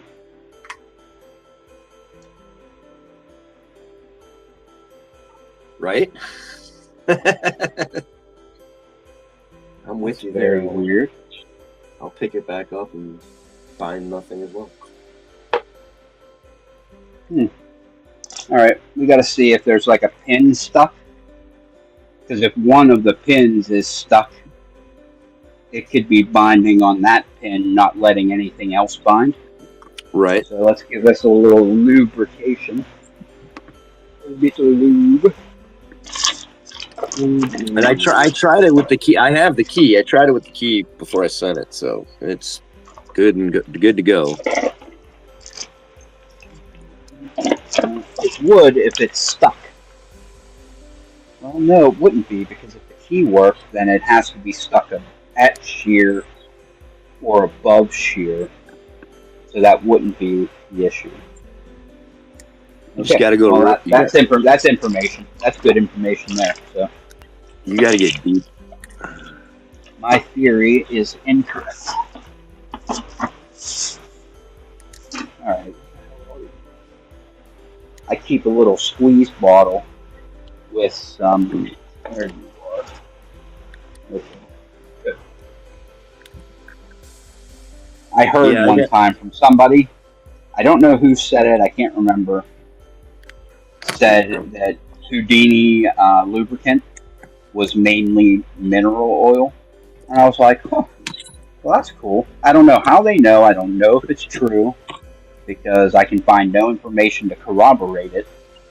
But he said it, so I tried it, and it actually works pretty decent, and it's like dirt cheap. Oh, nice.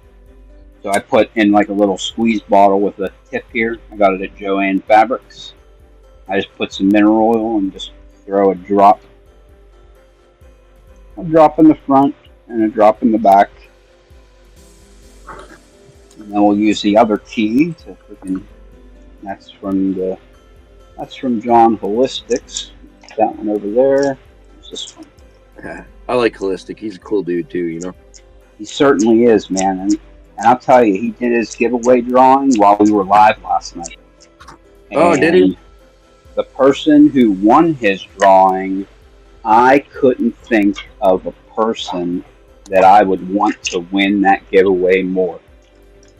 Oh. You want to know who it was? No, I want to try to get one. Let me think about that statement first.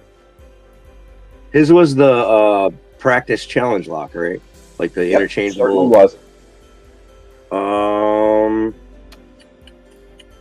Who would that be perfect for? Oh.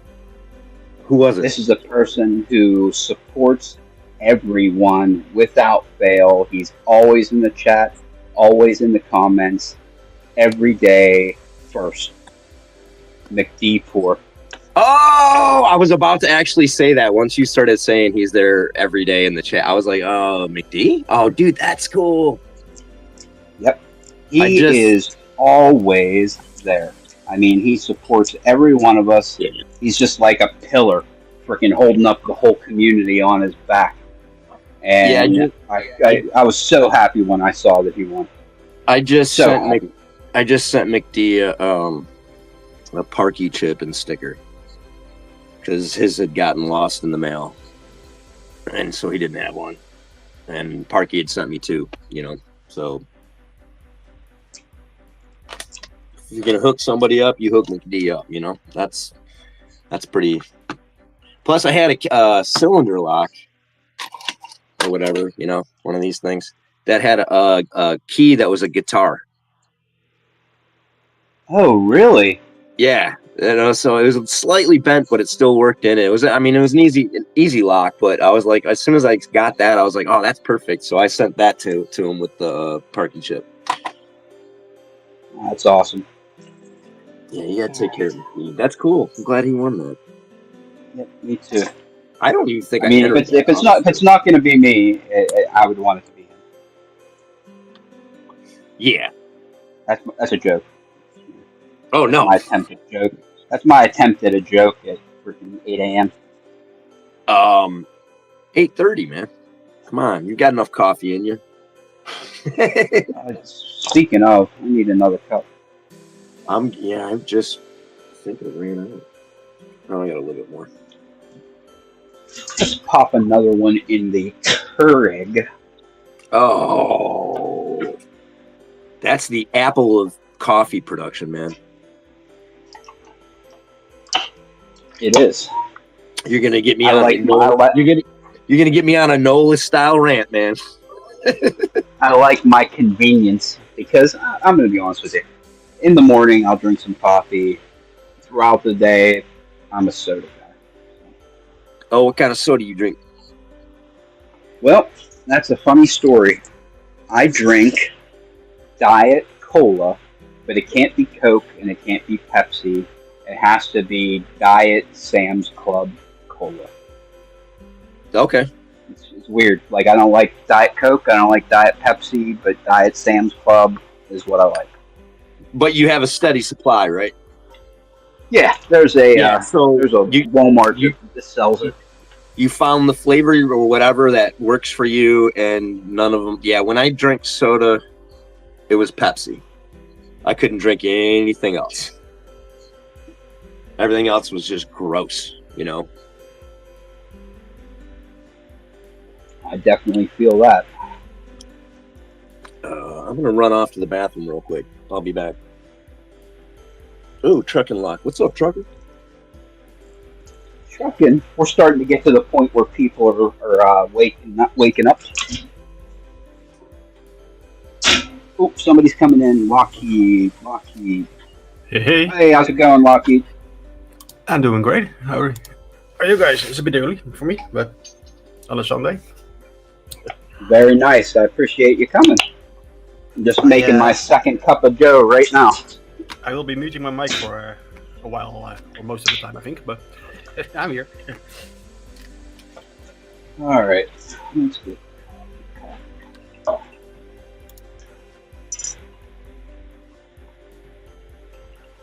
My coffee machine's going too slow.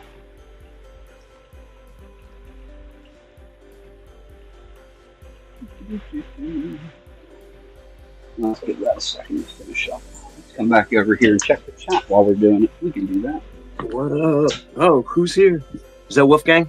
No, is that the heat? Block heat. Hey. The heat?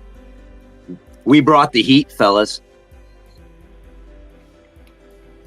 Well, at least it's not cold. Hey. So. Greg came back into the chat and said he won't be able to get back on because his phone died. Which actually makes sense. Ryan Fitz, yeah, we Michigan does pride ourselves on our cherries, man. That's one of the things that we're like, yeah. But the problem is, like, we have the cherry festival, and we need too many cherries, and we end up bringing in out-of-state cherries. So there's some controversy.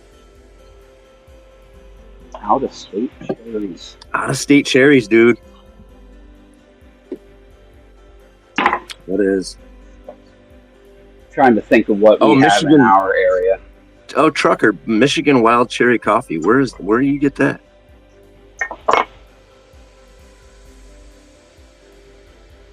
Try to check that out. Oh, I gotta send some coffee to Ray for the next one of these. I found it. I found the sugar. My wife, because normally we have like a clear container that has like a lid for sugar, and apparently she bought a thing that looks like a coffee cup with a lid. Oh, yeah. It says Hocus Pocus on the side, and she bought that for sugar. The old remodel hide. Yeah. Yep, that's exactly. She did it and said nothing. So, oh well. We know where it is now, so. Alright, let's blend creamer this up. A couple spoons of sugar. All right, Wolfgang said, let's roll. He's about to roll. Good. Come on in, buddy. Rolling with the wolf in heat. Wolf in the heat. Eating the wolf. Even though I'm not at my phone to let him in, I'm going to set up a cup of coffee. Okay, good. I didn't miss him. He's not coming in just yet.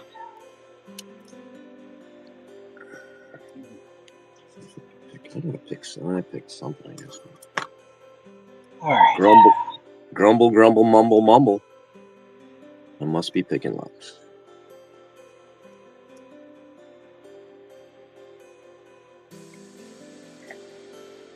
Yeah, he just mentioned that he usually mutes himself if he doesn't have anything to say. So, Who's that?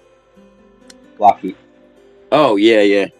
Oh, really? I just thought you had... I still had a family running around, so just to avoid unnecessary... All this time, I thought you had like a legendary like level of like just control. Me? Nah. Yeah, I thought you just like no, you know. And you're like, no, my secret is the mute button. Yep. Sadly, it doesn't work on my kids, but. Oh, yeah, I gotta prep. Well, thankfully, my if my kid's even home, she's just locked away in her room, so. Doing her thing. It's all teenagers these days. What I get yesterday, my 11-year-old, she's not 12 yet, sent me because this is why. We'll go through the long version of this. I get made fun of because I use an iPhone. The reason that I use Apple stuff in the iPhone is because I can link my whole family together. Yeah. Where we can see where each other is based on, GPS. All of our storage is linked together. All of our phones are linked together. Exactly what Android also does. Yep. My kids need to ask me for permission to install anything on their phone, so like they can't get, weird chat apps and meet any Oh, yeah. Online that they shouldn't, etc., etc. So I got a request. Android has the same thing. It's called Google Family. Yep, it's for the safety of my kids. This is why I keep that up. But I got a request from my 11, not quite 12-year-old for Facebook and Facebook Messenger yesterday. It was like, nah. Yeah, we're not. I thankfully, yeah, my kids are pretty cool. They were easy about not wanting to do all the stuff like that necessarily, and anytime we're like, yeah, no, not right now, or they're like, oh, okay, so thankfully that wasn't a battle. She took it well. She took it well. Like, she didn't say anything before she requested, so she. Right. I don't know if one of her friends was like, hey, you should hit me up on Facebook or something. I'm assuming that's what it was. One of her friends said, hey, check out my Facebook or whatever. And that's how that started. So we had that conversation yesterday. No, we can't have it. There are monsters out there. We did it the other way. Is like, we were so on Facebook that my kids were like, yeah, I'm not going. My parents are there. It was just like, yeah. I mean, I have a Facebook, but I don't check my Facebook. I don't look at Facebook. I don't use Facebook. I'm not allowed on. They kicked me off. That sounds like an interesting story for one of these days. Doesn't even make any sense. Like, it makes zero sense. There's nothing there, and they won't respond to even ad. They don't tell you why. They just go, "Oh, you violated a thing. You're gone." And you're like, "Well," but if you want to appeal it, like, well, I can't. What am I appealing? Like, I don't have. Yeah, if you don't know what you did, how can you have any information to defend yourself in an appeal? Yeah. So I mean, sounds just like YouTube to me. Yeah, they don't really respond really well to stuff either. Dutch, how's it going, my man? D to the U, Utch.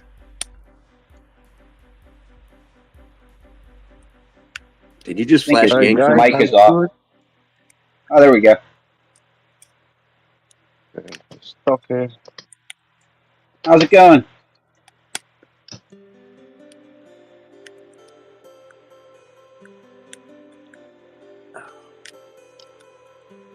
Good. You?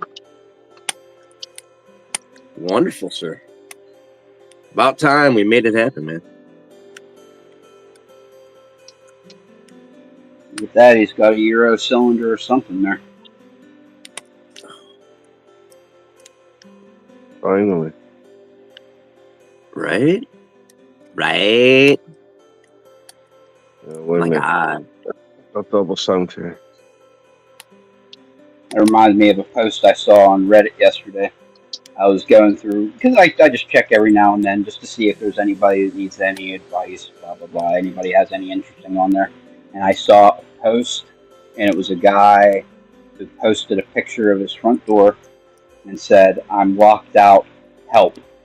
But the cylinder inside the picture was like a multi-lock interactive dimple lock. And it's like, call a locksmith, buddy. Like, it's call a locksmith or your landlord, because that's the only thing that you can do. You don't go. You find a different entry point. You can go through get a window open, man. Like, that's. Yeah, because it's like, even if it wasn't against the rules to tell him how to get into it, which it is, because it's in use and you can't tell if it's his or not. Blah blah blah. Oh, even right. Even if it wasn't against the rules, it's like, what do you tell him? Hey, buy a lockpick set and then spend the next year learning how to pick locks.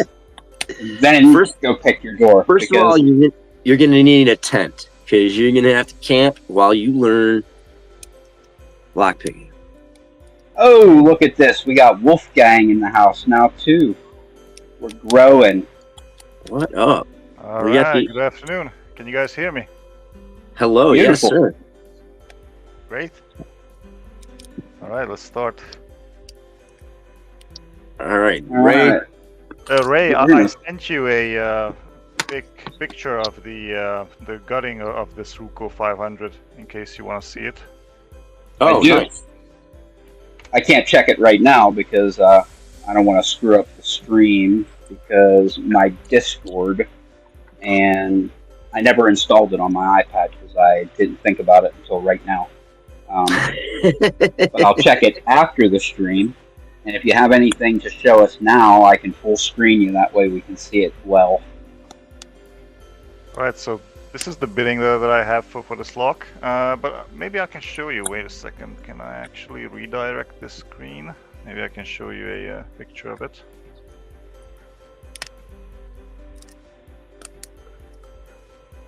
Let's see.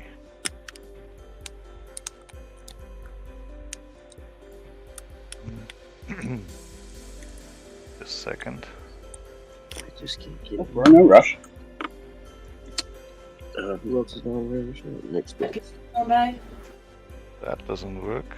We can do this.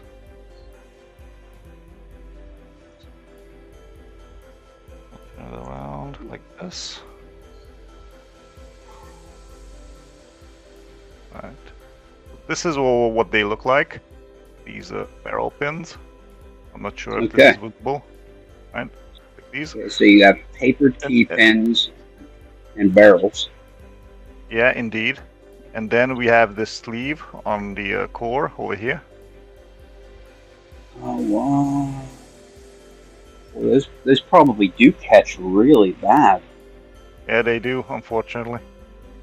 You may actually wondering if float picking might be your solution. Maybe you're going to have to pick it as if they were gin spools. Mm-hmm. All right. That might be the ticket. All right. Let's You either see get what- a super. You have to either get a super thick, tight in the keyway tensioner, or use a second. Mhm. What I normally use is I usually put whatever I can fit tight in the top of the keyway. Let me get one here. Where should I get that? Oh, you. Not you. You. There you go. Let's try these 1 So- and 2 millimeter wide Mokies. See if I can fit them in. Yep, what I usually use is like a Moki tensioner or multi-pick tensioner that fits tight in the top, and then take a put myself solo for a second, get like a windshield wiper style insert, and put a nice little bend in the end, just a short one, like such, Mm-hmm. and then you can put that below, just kind of fit it right below it. And then use that, because that is the way that seems to be the least taking up least amount of the keyway. Yeah, I can see. You see, you're only taking up just a little bit extra on top of the regular. I think that this might be your solution, because that looks really deep. Those the sleeve is replicating a really deep milling. It seems like that. So this is what I have initially, and let's see. I want to full. Yep, that should work perfect. Use a nice deep hook. Let me open this lock up enough. Let's see here. So what's the biggest hook that I have? Let's see.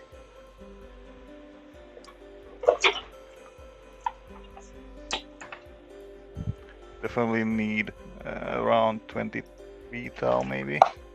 If I can find any. Sec.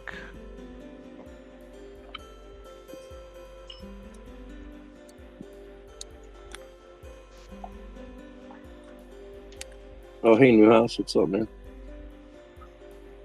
While I'm here, I'm actually going to rip this Medica apart because this one has the core in it that is normally used for barrels.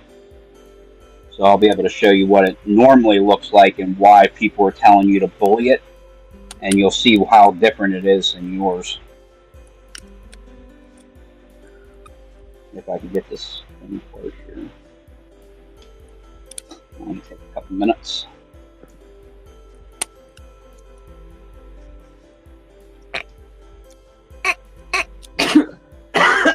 Excuse me. Uh-oh!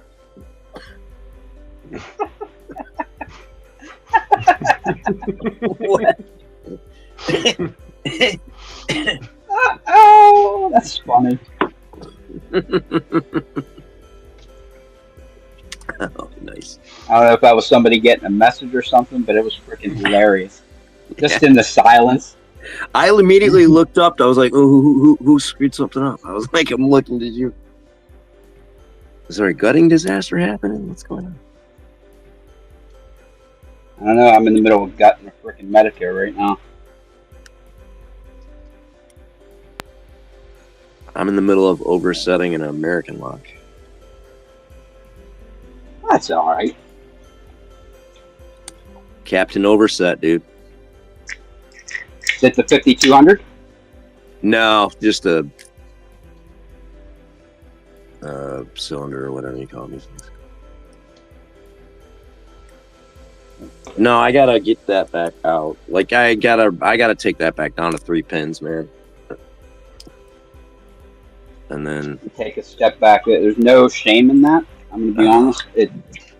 This Medico that I started with this morning, I mean, I was opening that in, 4 or 5 minutes, but that was 2 months ago. So I need to take a step back myself and freaking go back to the drawing board. yeah, actually, yeah, it's a different, for me at least, it's a different touch for the 1100s. Like it's a lighter touch than I'm used to using, so I got to kind of be dialed into it. And when I got into it, I was all right. I could get into a couple of them. I was doing good, and then I didn't pick it for a while. So Loki just had sent me that, so I got that, and I got this, which was an 1100 that Inferno added a 6-pin to, and he said that he put in, I don't know, smaller pins or something, thinner pins, smaller pins. And he did, and he may have done a mod in this chamber or something. So I was like, oh great, yeah. There's a lot going on in that. So I'm diving back into those, and that means I got to pull that 5200 out. I'm just gonna kind of do them all together, Yep, the American 1100. That's it's the old milestone lock. You basically, when you are picking those, you're a lock picker. You know what I mean? That's that. I didn't capitalize the L on lock picker until I got into that. That's exactly. I was like, I pick locks. That is your toe into security. And that's why I had a meltdown when I was right at the edge of getting into it, but I couldn't. And I was just like, oh, dude, it broke me, man.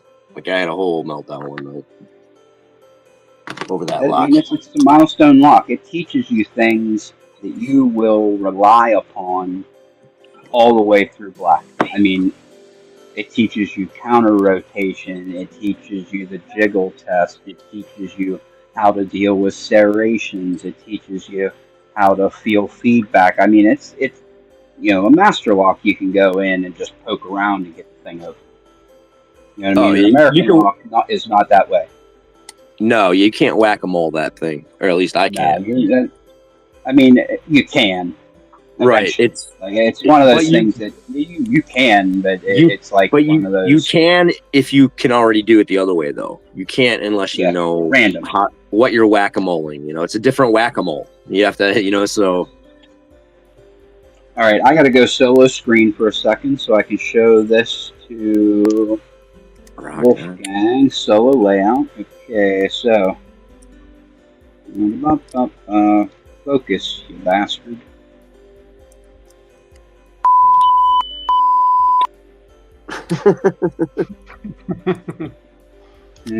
All right, we need to get some kind of light maybe to make this thing focus. Let's try the kitchen light. Maybe that'll work.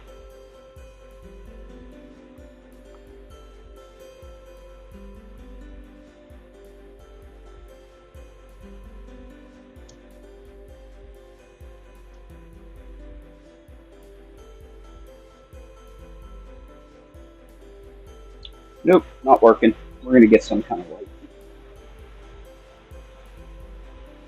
No, you can kind of see it. You can see it.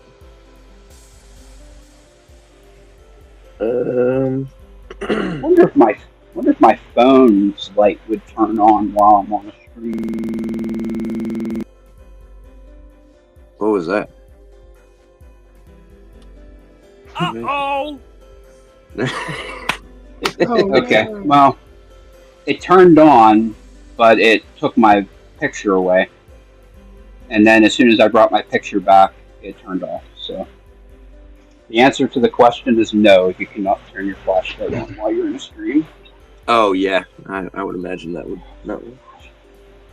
But thanks for testing it with me. Crapola, I need a flashlight. My emergency flashlight is in the bathroom, and there's somebody in the bathroom. Trucker is starting a metal and fabrication, welding and fabrication business. I'm excited. Whoa, really? Yeah. That's super cool. Heck yes, it is. Oh, Shall we McD4 is in the house, so good to see you this morning there, McD. Appreciate you showing up. We were actually just talking about you a few minutes ago. All good things, of course. And Keith O'Reilly. Hello, Keith. And Ryan, I think I said hi, right? I know we were talking about something, but I didn't say hi. We were saying, McD, we were saying how I was so happy to see that you had won that giveaway last night, because I can't think of anyone in the community that deserves it more, because you support every one of us. You're like a pillar holding us all up. And congratulations, and thanks for being you, man, because you're a great friend to us all. Yeah, he's a good buddy, man.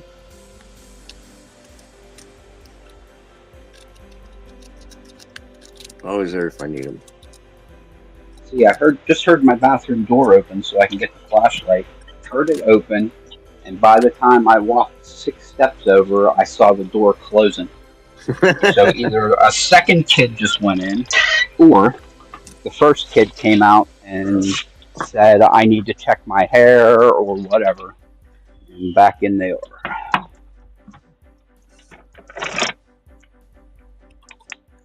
It's not gonna happen. You gotta adapt.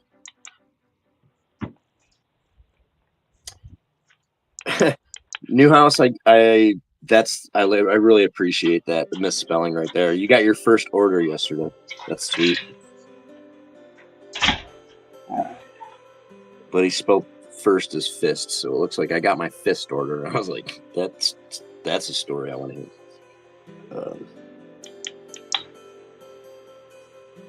Come on, you dirtbag. Freaking shine on this in the way that I can see it.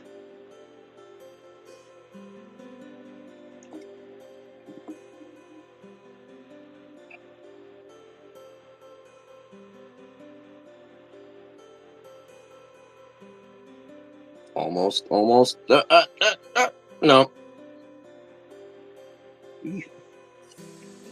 Alright, I almost said the F word. It looks like you're about to tell a ghost story. I'm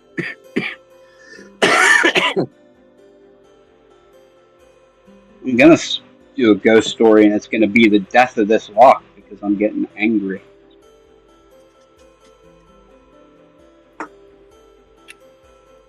You can always throw it.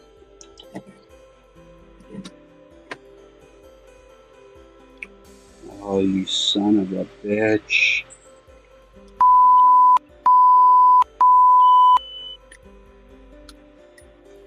That's the weirdest delay.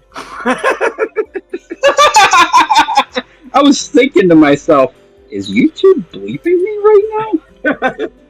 And they're being lazy about it. They're like, just people will know what it is. Yeah, they'll know that we bleeped them. That's what it was. They'll get it. They'll get it. Put the pieces together. I can't fucking show it. This sucks. Yeah. All right. Move on. It is what it You'll is. get that one. That one sucks. That's it, so.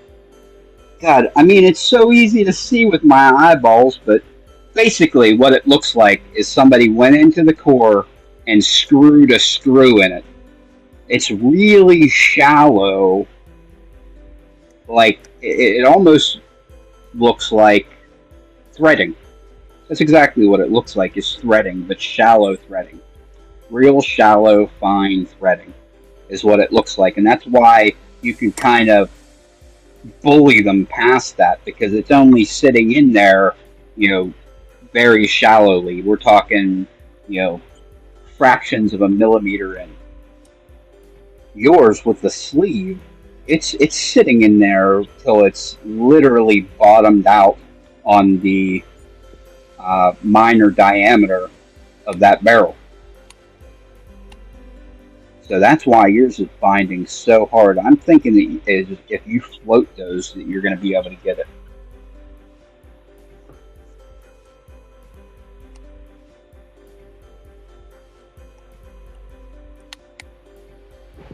So what I was told, the basic strategy is to push every one of these pins into the sleeve somehow, and then somehow navigate through the sleeve and somehow just basically set the pins. But how it can be done is a bit of a question. I haven't tried full picking it. Right now struggling to get even the pins into the sleeve. I just can't really feel them with these deep hooks for some reason. That's that's the live stream curse, man. Yeah. That is a fact. Unless you're not too dead. Yeah. So the first 3 definitely don't bind. Maybe 3. I'm not sure. Wait a second. Maybe 4. Anyway. Try a yellow hook.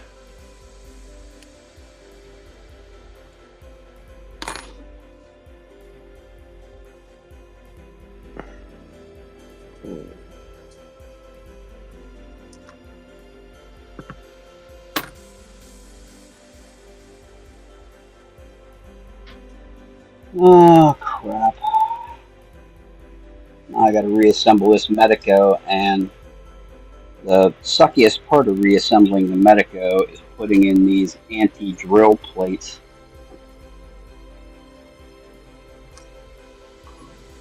There we go. Right in the top, in front of the Bible, and on the right-hand side, in front of the sidebar, they have 2 hardened steel plates that you have to put back in after you got it. The pain in the rear end.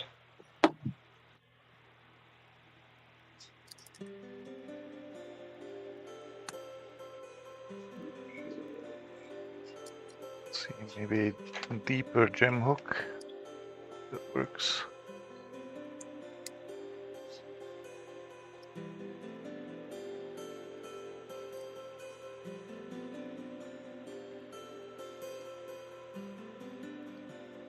Speaking of gem hooks, Stu, you know that profile I talked to you about many times? I Yes, sir. decided that I'm going to try my hand at making another one now that I have more Dremel stuff. Oh yeah. That's right. We're gonna give it a try and see if I can not burn this one up. Well, good luck on this attempt. Yep. So we'll It's just so we'll give it a try. Nice. Oh, nice profile. Offset. Yep. It's gonna be an offset What gem. metal is that? What type of metal is that? This is Moki metal. This is Okay.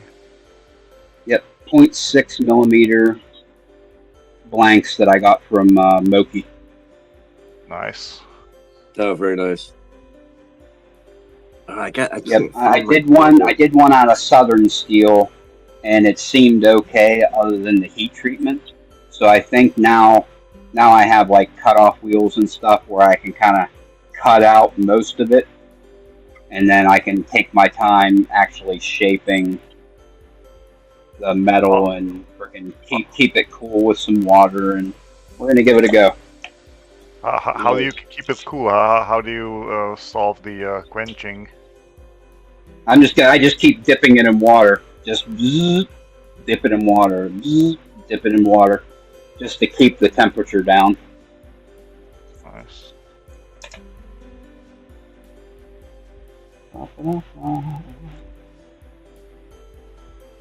New House Lock and Key merch store.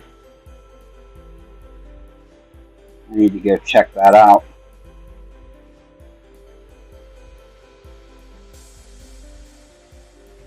Is the merch store your Etsy?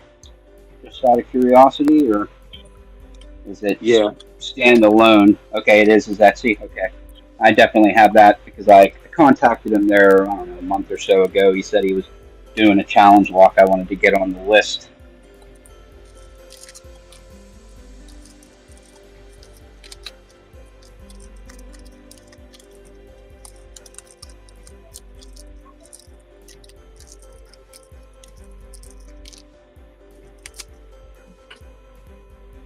If you're grinding on a pick like that, to shape it, is a lower RPM gonna kind of like keep it from heating up as much, or do you just need to go as fast as you can? Yeah, I think that it's the least amount of time on the metal with the tool is probably best.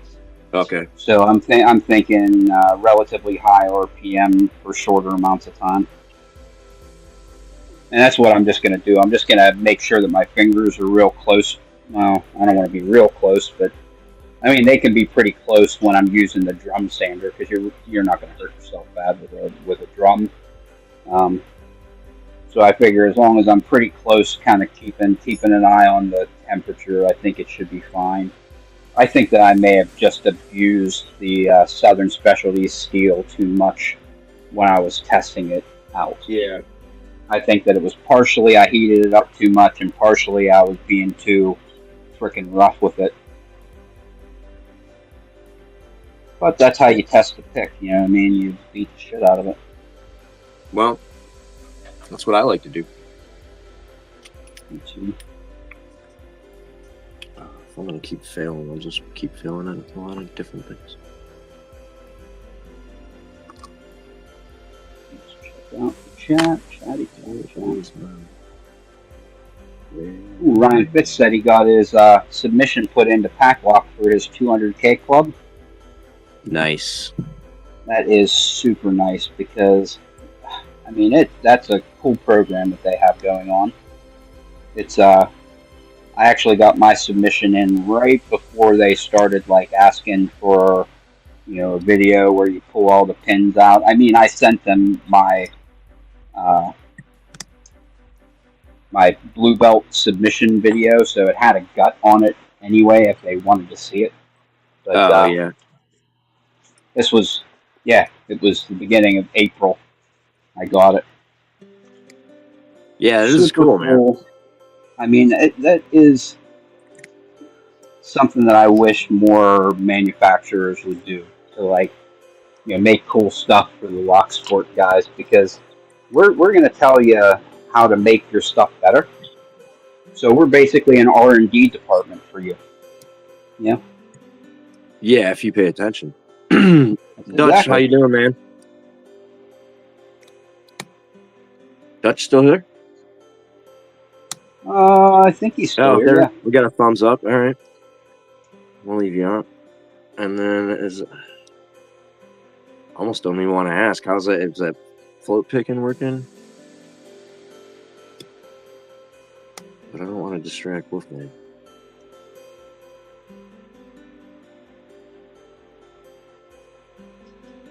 Oh, come on. For Christmas sake.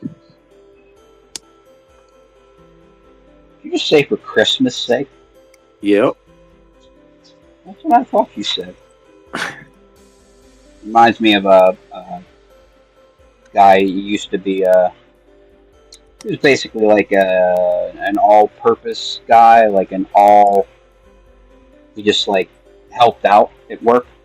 So he was we called him the APG, the all-purpose guy. So he would just, he would drive a little pickup truck and pick things up, or drive things between plants, or whatever. Just standard, work that kept him busy and needed to be done, etc., etc. So anyway, whenever he would get frustrated or whatever, he would go, sugar. And it was just the funniest freaking thing. Sugar.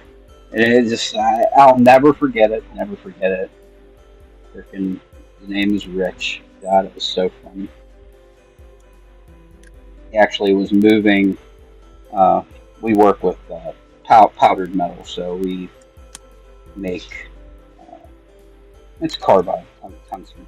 So he was moving around some barrels of the raw material, which is a powder, and he had his forks up in the air on the forklift, and he caught one of the sprinkler heads in the ceiling and knocked it off.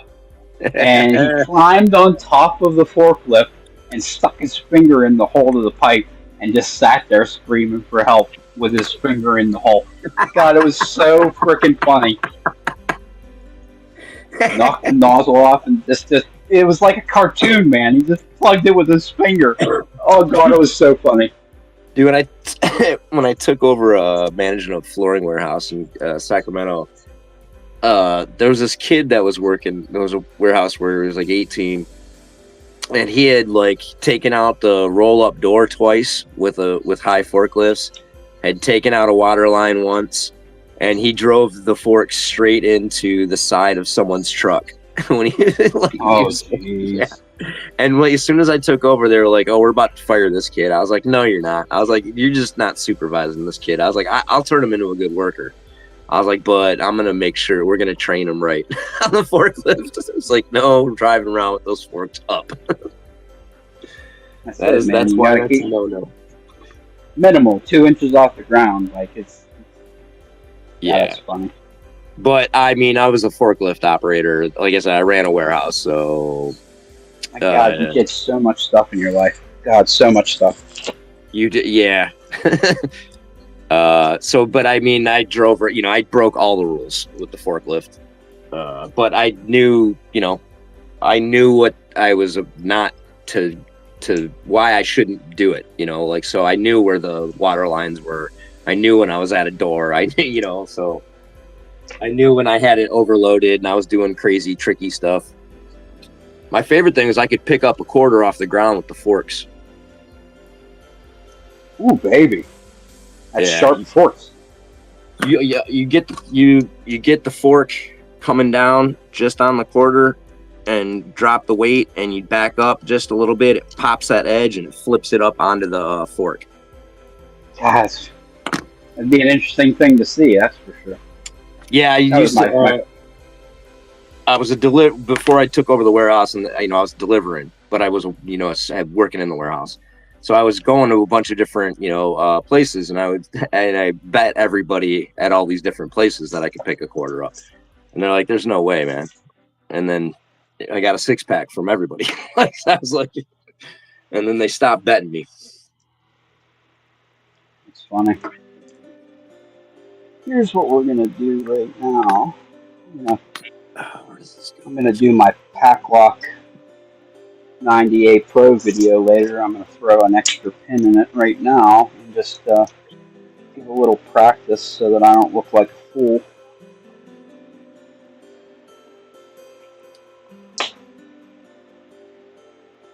Oh, new house. That's good, man. Like I halfway didn't go to your store as much because I used to do Etsy, have an Etsy thing, and I have Etsy like trauma. Like I hate that site. So I'm glad you're doing a standalone or getting away from that, or you're getting a better spot for your stuff.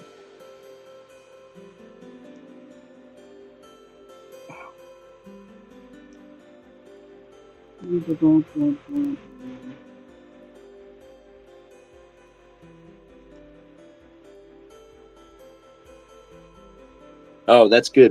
So McD, getting that coin off the ground, man. If people don't know, they think that's impossible. Not Etsy. It's like bar tricks. God, so sorry. I fall behind in the chat so much. Not Etsy standalone store. I'm gonna go check it out for show.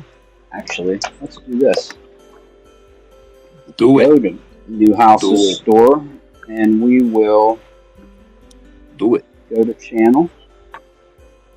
We're gonna copy the channel, and then we're gonna come back. I'm gonna get some sort of opening.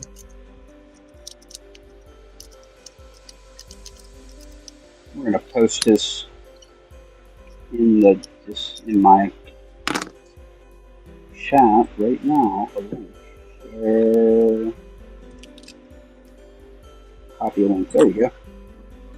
I feel like such an idiot sometimes, freaking doing stuff. Oh, with the phone or digitally? Yeah, dude, I can't. Yeah. The worst is when anyone's like tells me to do something and I'm like, yeah, I don't know how to do that. Like, no, it's easy. You just go here, do that, drag that down, click that, change that, set that setting. Like, stop. You're like, I'm not doing all that. Let's just do this because I don't have. Let's see where it is. The store. Merch shop. There we go. Yeah.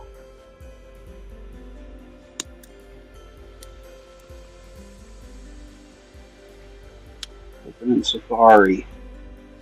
So I can get the stupid link. Maybe I'll pick something. Copy. There we go. Maybe I'll drop the power.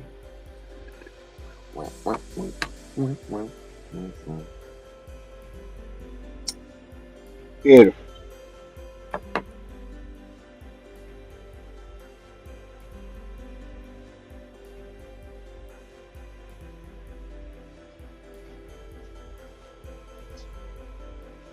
Oh, he's got some specialty stuff on there. No better company to freaking support than those guys.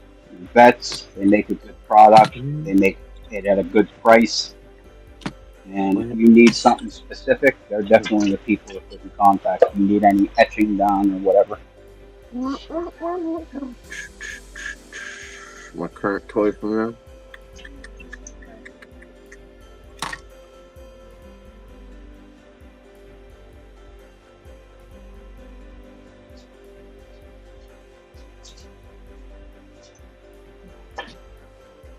Okay. We need.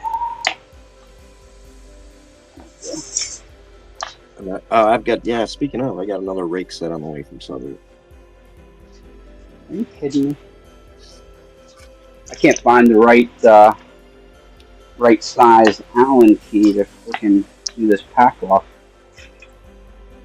That means it's here in my mess of shit. There we go. I think this is it. I think that's everybody's lock lab, though, isn't it? Everybody has stuff screwing about.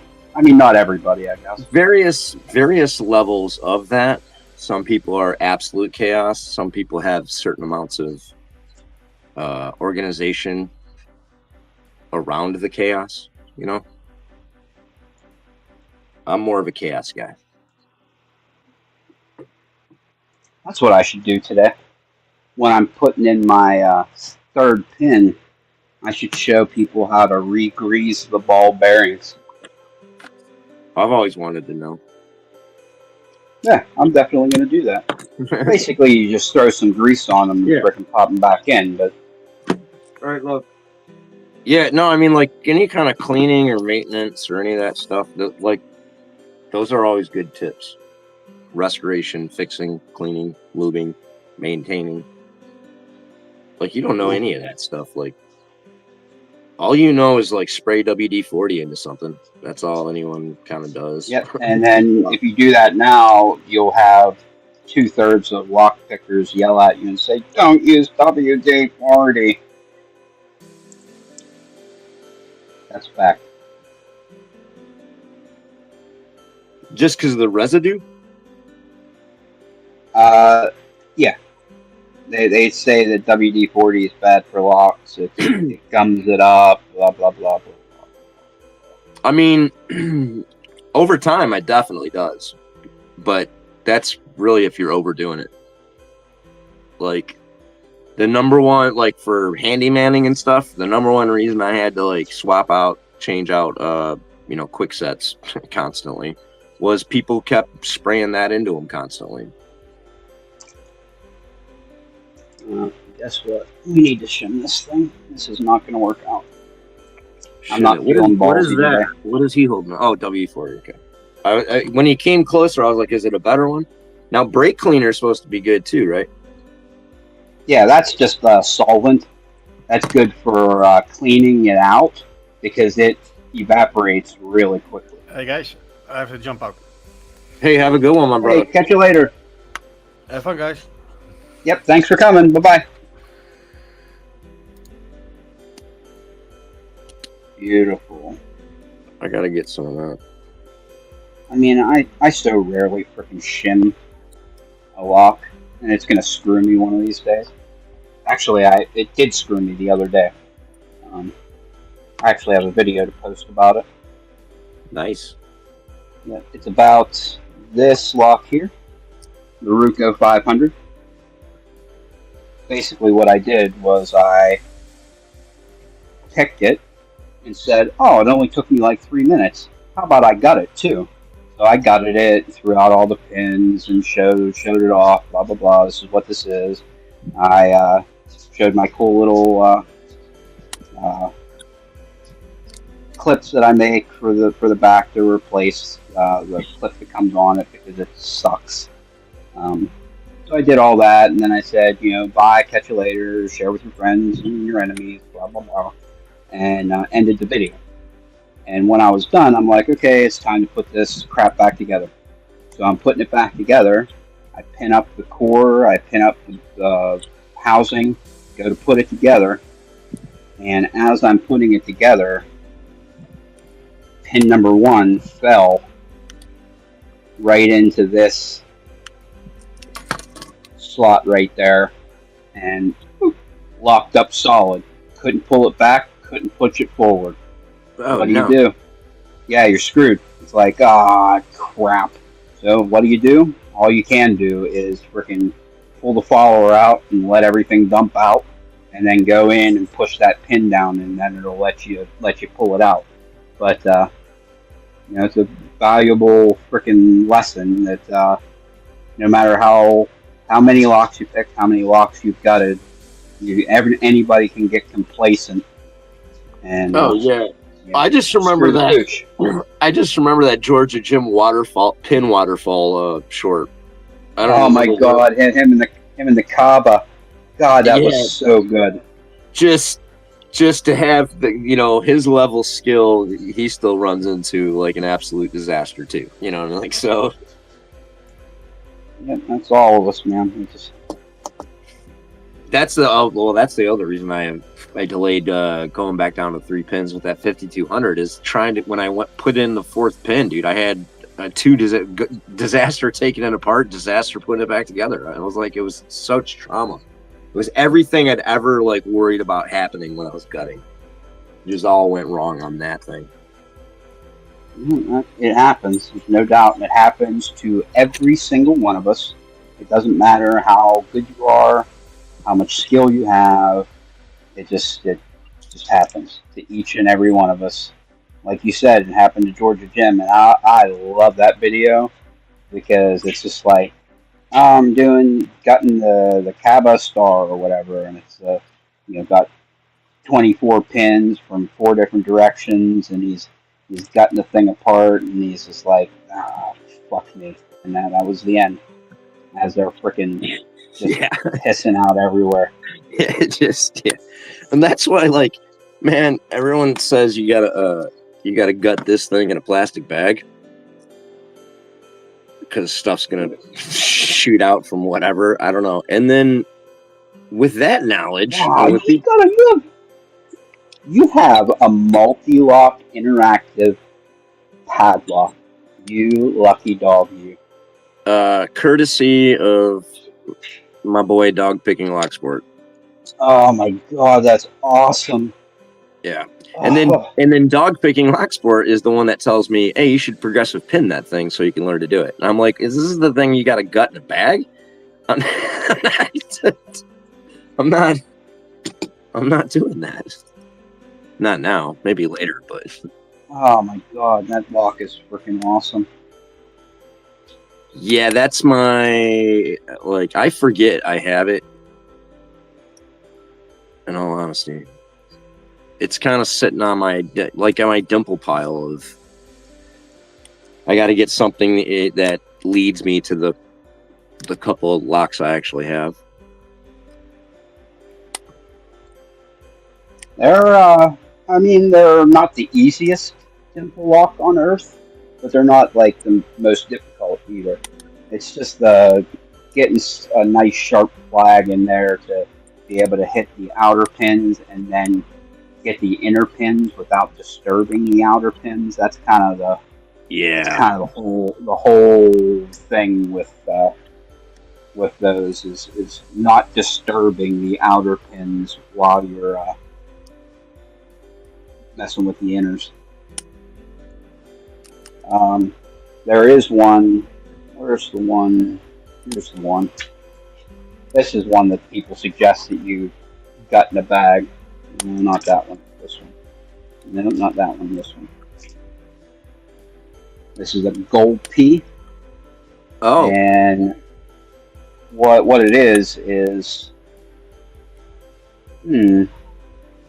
I could actually show somebody.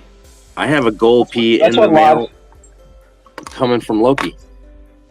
That's what lives are all about. So let's just freaking show one. It's the same thing on this Goal Z that I have here. Let me pop this biatch apart. Okay, I need a key for it. Here's the key. There's the key. I just can't get this thing. Goal Z. This one here. So, basically on the side of the lock, on the side of the core, the plug, there are 2 ball bearings set in that are sprung. So let's actually there's the solo screen.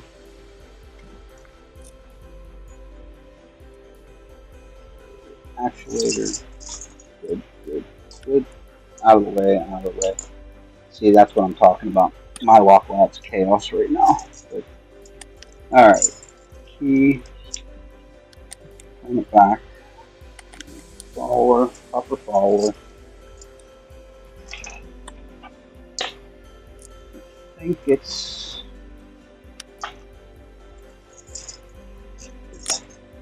the largest size.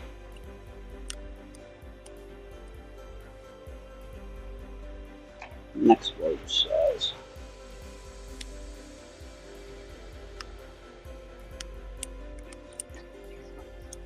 Oh yeah, I gotta actually get a plug followers.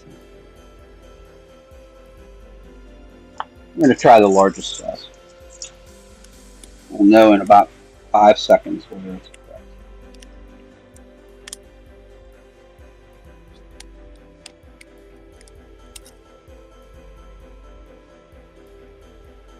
I believe that is incorrect.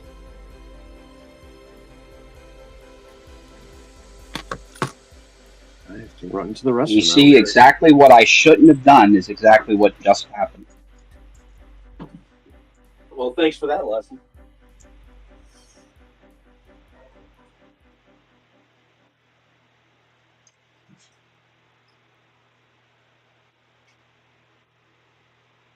Okay, there's the one.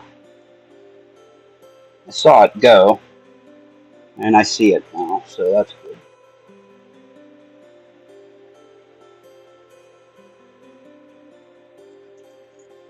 Okay, good.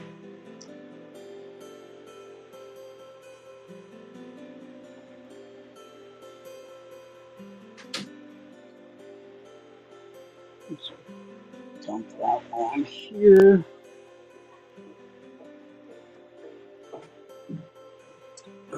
Alright, we need proper tweezers, proper baby tweezers.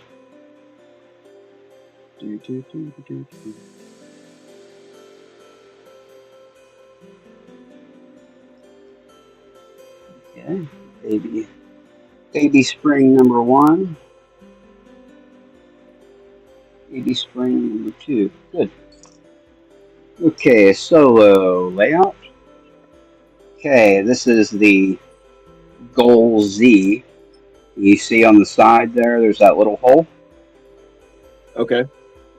Well, inside that little hole goes this little spring.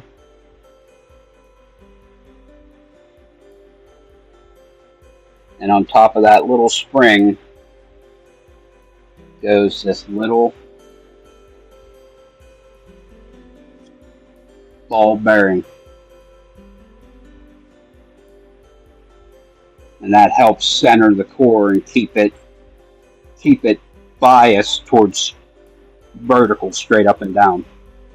So basically, when you're gutting this thing, you gotta put your finger over those, or do it in a bag, so in case they go flying, that they don't go flying and never to be found in your house somewhere.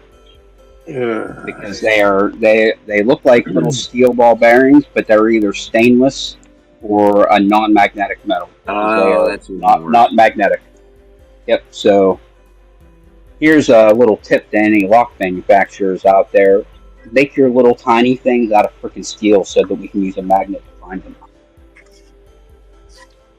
Yeah, please.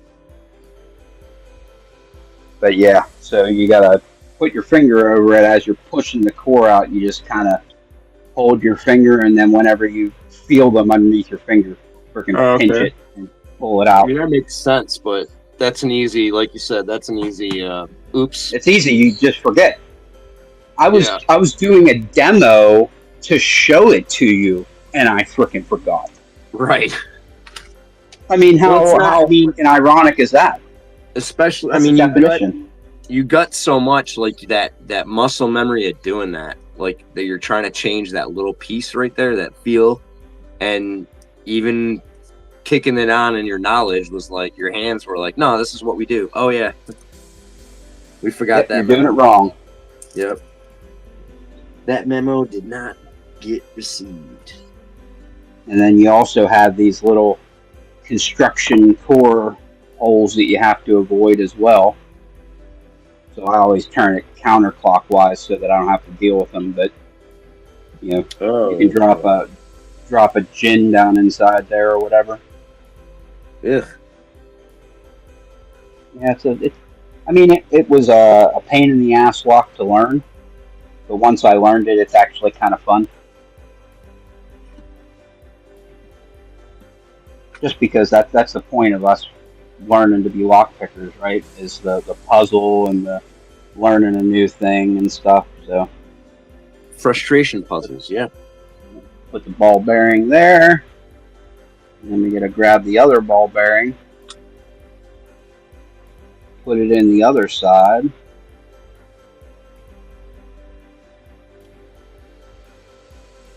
Maybe. What are those? What is that for? Why isn't it even there?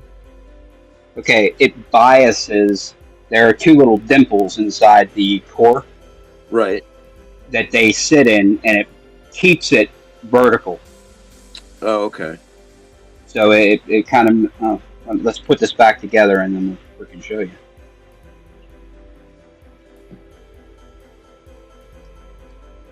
Okay, good. Lock it. Okay, this one actually shows it a little bit better.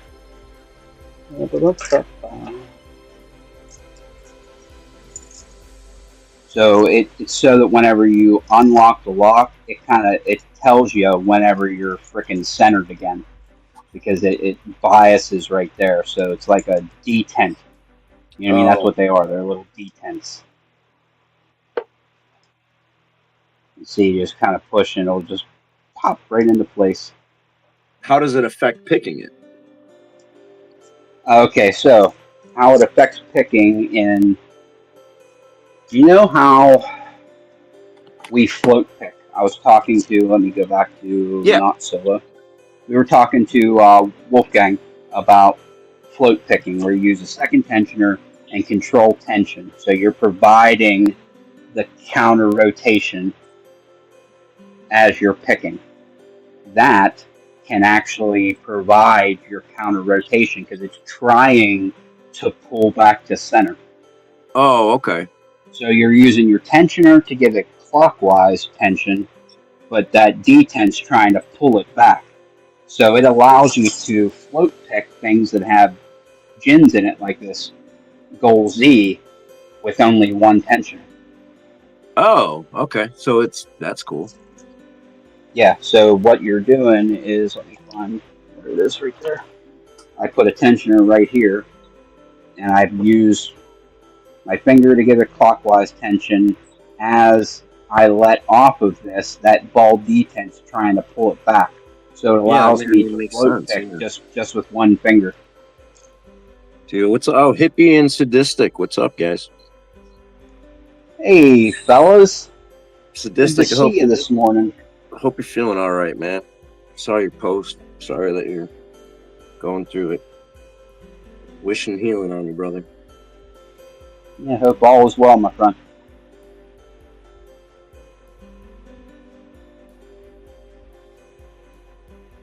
Alright. Okay, good. That lock is back together. Let's put together the pack lock before we forget. I don't know, I almost feel like I should take something apart. I don't even know what my stuff is.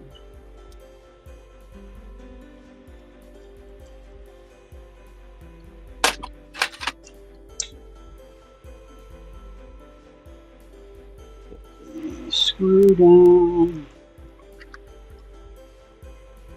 Good.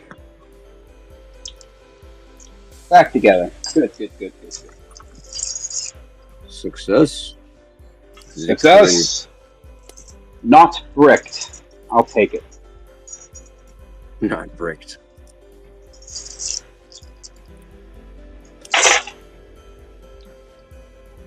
Yeah, I'm waiting for the first brick.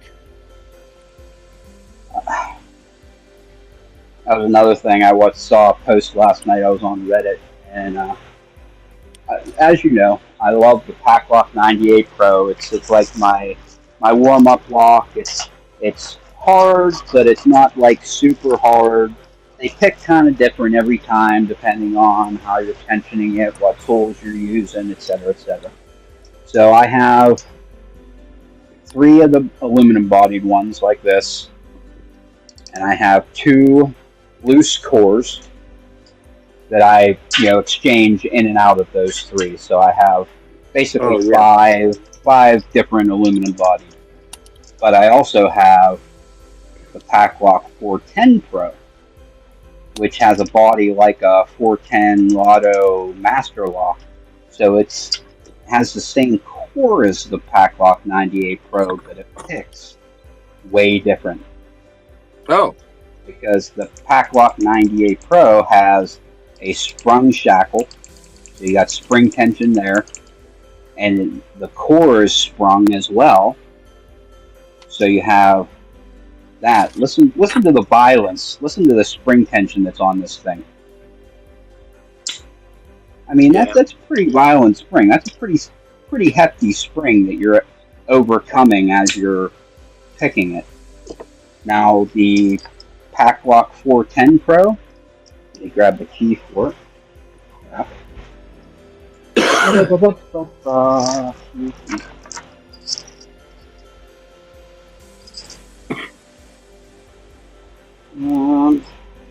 Not it. No, that's not it. That's not it. That's not it. Oh no. What the hell is it? I gotta get a 410. So I gotta get some loaders. Gave all mine away.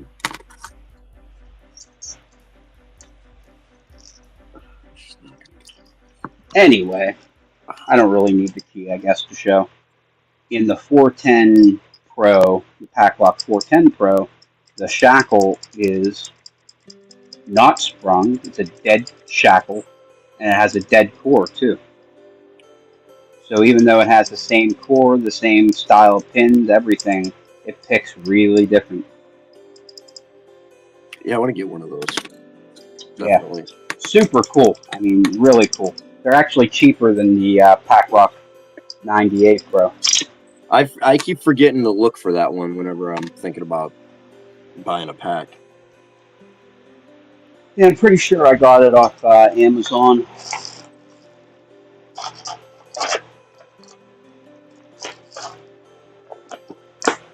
And what for?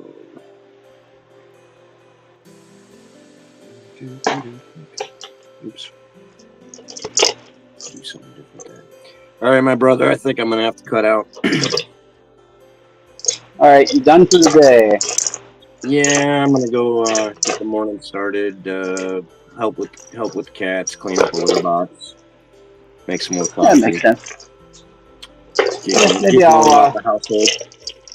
Maybe I'll stick around for a couple more minutes and pick this pack lock real fast. See if anybody else has anything rocking and rolling they want to talk about, and then we can wrap it up for the week. Since it did seem like the demand is here, man. We had 15, 16 people here at one point. I definitely wouldn't mind doing this, like maybe bi-weekly. Yep. Or monthly. We'll just talk between us, and then we'll make an announcement. Yeah. You know, I'm down there. People in the community think so. Yeah, it was definitely a good time getting the coffee in and a pick in. So it was good seeing you, and happy talking to you. And Absolutely. I will catch you on the next one, man. Thank you for coming on. You know, with Mr. Heat, Mr. Wolf, Mr. Dutch, Mr. Chev. It's awesome seeing all the cats. Like, so the reason we wanted to do this was to make it just have fun and be more accessible to different time zone, and kind of have these guys on and be in the chat with the people that are in the chat today. So hey, Pocket Woman, and goodbye, Pocket Woman. I'll catch you guys later. Thanks. All right. Yep. Take care, man. See you. All right, let's do a quick pick on this pack lock, see how that goes, and then I'll take it back apart so that I can do my progressive pinning thing later. Take a second to see who. Hey, Hippie's here. I didn't even notice you come in. I suck so bad at keeping up with the chat. Sadistic. Hope your surgery goes good. Oh man, I know exactly how back pain can be. It's obviously not that severe, but the thing about back problems is it seems like once you have a back problem, you have it forever. You never really get right from it. So I'll be praying for you for sure, and my wife will as well. She's more praying type than I am, but I will definitely put one out there for you. Let's take a pick.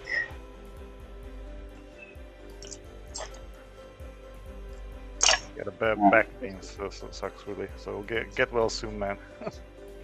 Yeah, there's nothing. It's almost like that back pain and frickin' a toothache. You know, Oh, tooth yeah. pain.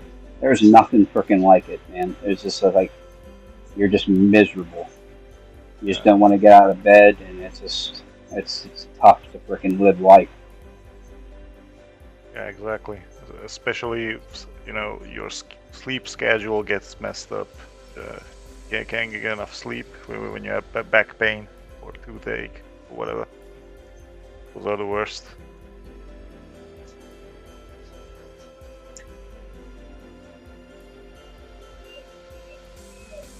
Okay, we have one here from Pocket Women.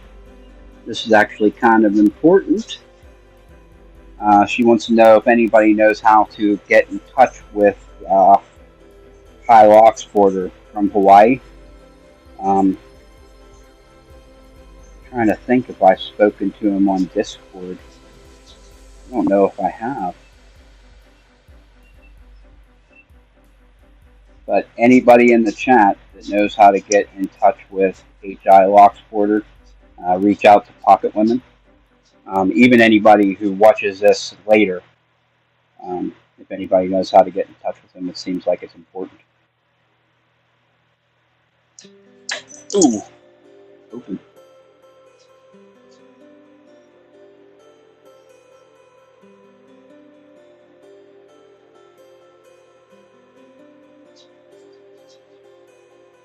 Oh God, sadistic. I'm so sorry to hear that. It's exactly. It's like one of those pains that you can't escape. It feels like you're trapped and you're living in it. Oh God, I'll definitely be praying for you because we all need relief. Let's give this one more pick and then maybe we'll wrap this up.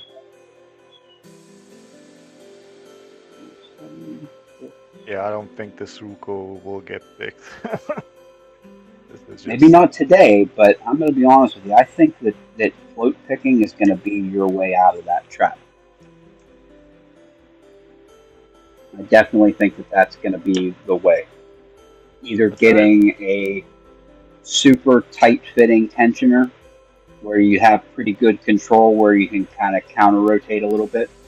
Whenever it's bound up real tight, you can kind of tap, tap, tap, tap, tap, tap, tap, tap, tap as you're releasing a little bit of tension on it so you can get it over the milling and then crank the tension back down and trap it. So that's basically how you pick gins, and I think that same technique is going to work for those barrels. I'd bet money on it. Could be. I'm trying my best here, but these things, it feels like somebody glued them up pretty good. Oh, God.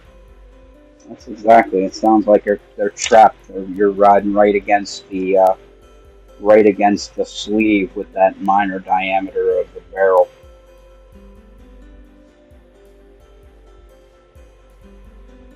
I'll tell you what.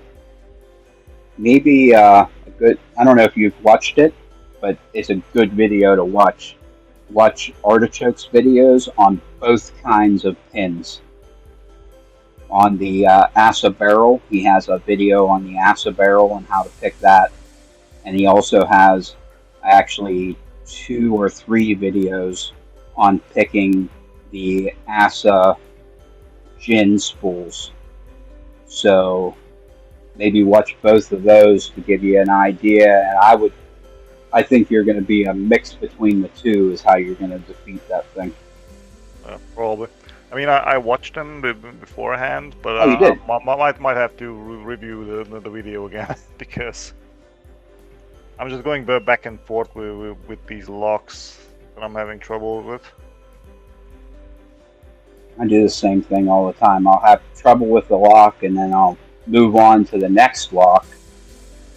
And while I'm doing that, because you don't want to get angry at the lock or stagnant on the lock, so you move on to the next thing, and then you swing back around to it. Then you forget what you've already learned. So Yeah, exactly. hey, There's Nola in the chat. How's it going, Nola? You just wake up from your dreams of lollipops and gumdrops.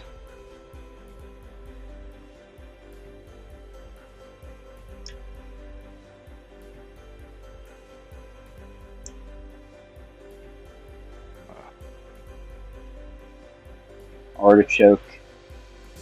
Artichoke has great vids, but also check out the people on his sub list. Yeah, there are some freaking high level pickers that are sub to Artichoke, buddy. Yeah, he definitely has great tutorials on especially on the locks that I'm targeting right now for purple belt. The Medico, the Ruko, the Asa. That's another purple that he has. You know, the Nemeth. He has a video on the Nemeth, the cursed Nemeth lock as well. That was the video that I watched. That was the video that I watched in order to get into my own. Yeah, the NF2. That's also a problematic one. Yep, that's a tough lock, I tell you. Not an easy pick, that's for sure. Pocket Woman wants to know who's up here with me. We have Wolfgang Rochik, maybe? See how I did there. It's Wolfgang. That's pronounced Kreutzig. Well, no, not pronounced, but basically that's the way this particular name is pronounced. Good. Sadistic hasn't picked the proper Medico yet. Well, I have, I don't know, maybe 5 or 6 Medicos, and I picked this one here and this one here. I don't think that I could pick them blind. Is that the but biaxial? I know it, yeah, I have one. Actually, they're both biaxial. Yes. Oh yeah. Okay. One is a kick. The other one is a mortis. Do I see this correctly? Okay. Yep, that is correct. But this one here was. Yep, this one here I picked. This one's pretty easy. This one has a right rotation, right rotation, right rotation, right rotation, right rotation, left rotation. So this one here is pretty easy to pick because it's I know what all the directions are and everything, and I think that this one here is like straight, straight, right, straight, straight, left. I think this one is. So basically this one here you're trying to pick without disturbing most of them. You know what? I think I just managed to set one of the barrels with a manual counter rotation. I'm telling you, I think that's going to be the ticket, man. Yep, that could be it. I felt the core moving.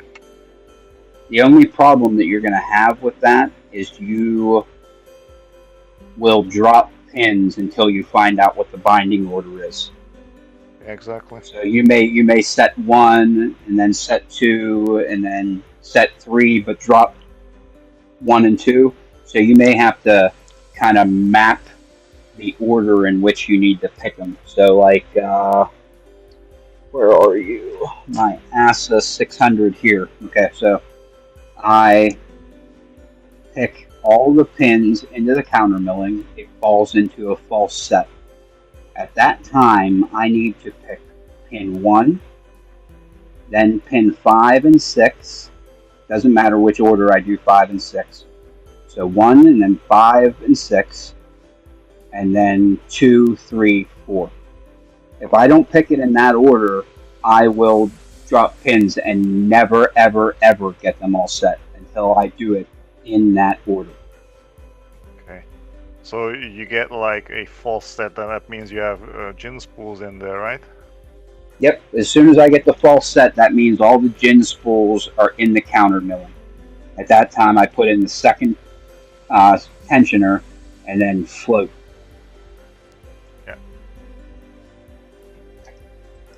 Let's actually pick it real fast, because I can pick this thing in just a minute or 2. That's nice. I also have one of those as well. I mean, I could probably consider maybe jumping tip from barrels to gin spools, maybe. See if those that are actually- easier. I think that it might actually pick a little bit easier. So where is my tension levels for this? 1.5. Okay, Moki, 1.5 million. So basically, I just go in 6, 5, 4. 4 is binding. Click on 4. 3, 2, 1 is binding. Click on 1. 6, 5 is binding. That was weird. Okay, Yeah, we 2 is lost your binding. stream for a second there. Yep, that was my phone telling me that it's got 20% power. So we're gonna wrap it up here in just a couple seconds. As soon as I get this, and I'll show you the false set that I'm talking about. 3's binding. Boom. That was it right there. Just fell into a false set. Nice. So what I do is I draw a line across the core and the lock body, so you can see how much of a false set you have and where you can go back to without starting to drop everything. So it gives you like your zone that you can work in with counter rotation. So now that I got everything in the counter milling, let me go to full screen. Solo. Okay. Pick number 1. So I'll go in, find pin number 1 right there. Okay. And then, let's have a second tensioner. Second tensioner. Beautiful. Right there. Okay, so I'll go in, find pin number 1, get on it, and then I'll tap as I'm letting off tension. As soon as I feel it move upwards, crank down on the tension again and trap it. Okay? So now that I got pin number 1 sent, we'll go back to number 5 and 6. There's 6 right there, or 5, sorry. We're going to go on 5, start tapping. As we're letting off tension, letting it counter rotate. Come on.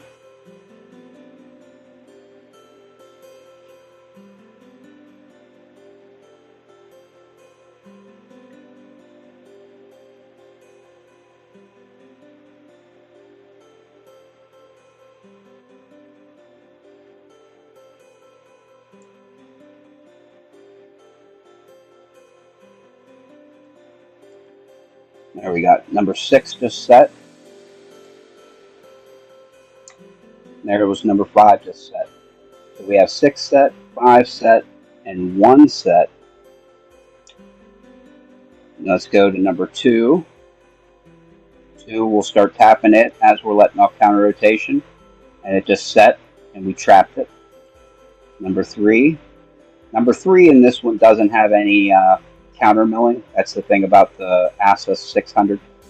Most of them don't have counter milling in chamber number 3.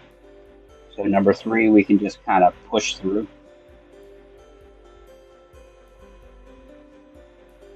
Okay, that makes it easier. Okay, But there's now all still we have- like a gin spool in that slot, right? Yep, and then we just was tapping on pin number 4 and got an open. Nice. And Picksmith actually just made a good point. I did mention it earlier, but I didn't mention it this time. As you're tapping on the gin or the barrel like you're doing, tap on it and change the orientation of your pick. So you're tapping on the right side, tapping in the center, tapping on the left side. Kind of change how you have your pick oriented as you're tapping. To sometimes, that helps kind of break it loose by because if you're tapping on the left side, you're giving some pressure that way, so it may actually kick it off of the milling or the sleeve in there to let it kind of get past that counter milling. Okay, so you're picking it from an angle. You're trying to massage it from the different angles. Yep, exactly. As you're tapping it, because you're just tap, tap, tap, tap, tap. You're tapping it, move your pick back and forth so that you get different pressure going in different directions to try and break it loose, because that's what you're trying to do. You're trying to break it loose from where it's stuck. See, That's actually a great piece of that's a good point. Yeah. advice there that you mentioned. Yep. That's something that I do without even consciously thinking about it.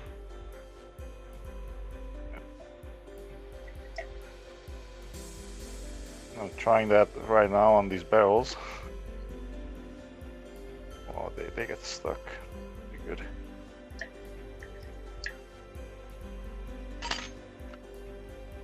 So, okay, so now that my phone is going into low power mode, I'm going to start thinking about wrapping this thing up. Yeah, well, thank you very much for all the pointers and the suggestions. I'll try and Yeah, now that you've got that.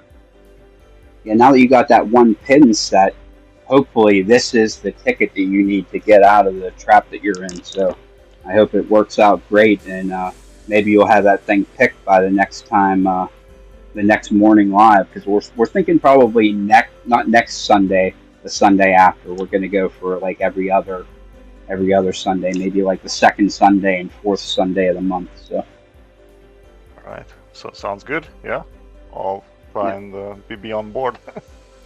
Yep, beautiful. Thank you so much for coming. I greatly appreciate it. And a quick thank you also to Lockheed who came, and Chevy who came, and Dutch Lockpicker also came. So there was actually 5 of us at one point. I appreciate all you guys showing up for us here, and it was a great time. Just getting us all together, because that's what this is all about. Just kind of bringing in some different people that my normal streams and Stu's normal streams aren't accessible to. So thanks to everybody. We'll go through the goodbye thank yous here while we're doing it. Pocket Women, thanks for coming. Pick Smith, also thanks for coming, and that tip about the gins. That's a very, very important tip there. I do it without consciously even thinking about it. So thank you for that. Charles Watts, Stu, thanks for co-hosting this with me. I appreciate your friendship and your time and you being here. Sadistic, hope you feel better, man. I will be praying for you, and I'll mention it to my wife, and we'll get some prayers out for your health and to get you healthy and feeling better, man, because that's a miserable place where you're at. So I hope all turns around here shortly. Newhouse, thanks for coming. I have some links in the chat to go check out his new merch store. That's really cool, and I hope that works out great for you. Nola Southpaw, thanks for coming, man. I appreciate it. I actually told the story earlier about why I use the iPhone, so we'll let you find it sometime. Anyway. Anybody else? I think that's it. So thank you to everybody who came. I appreciate you guys, and we'll see you on the next one. Catch you later. Bye-bye. See you on the next one. See you guys.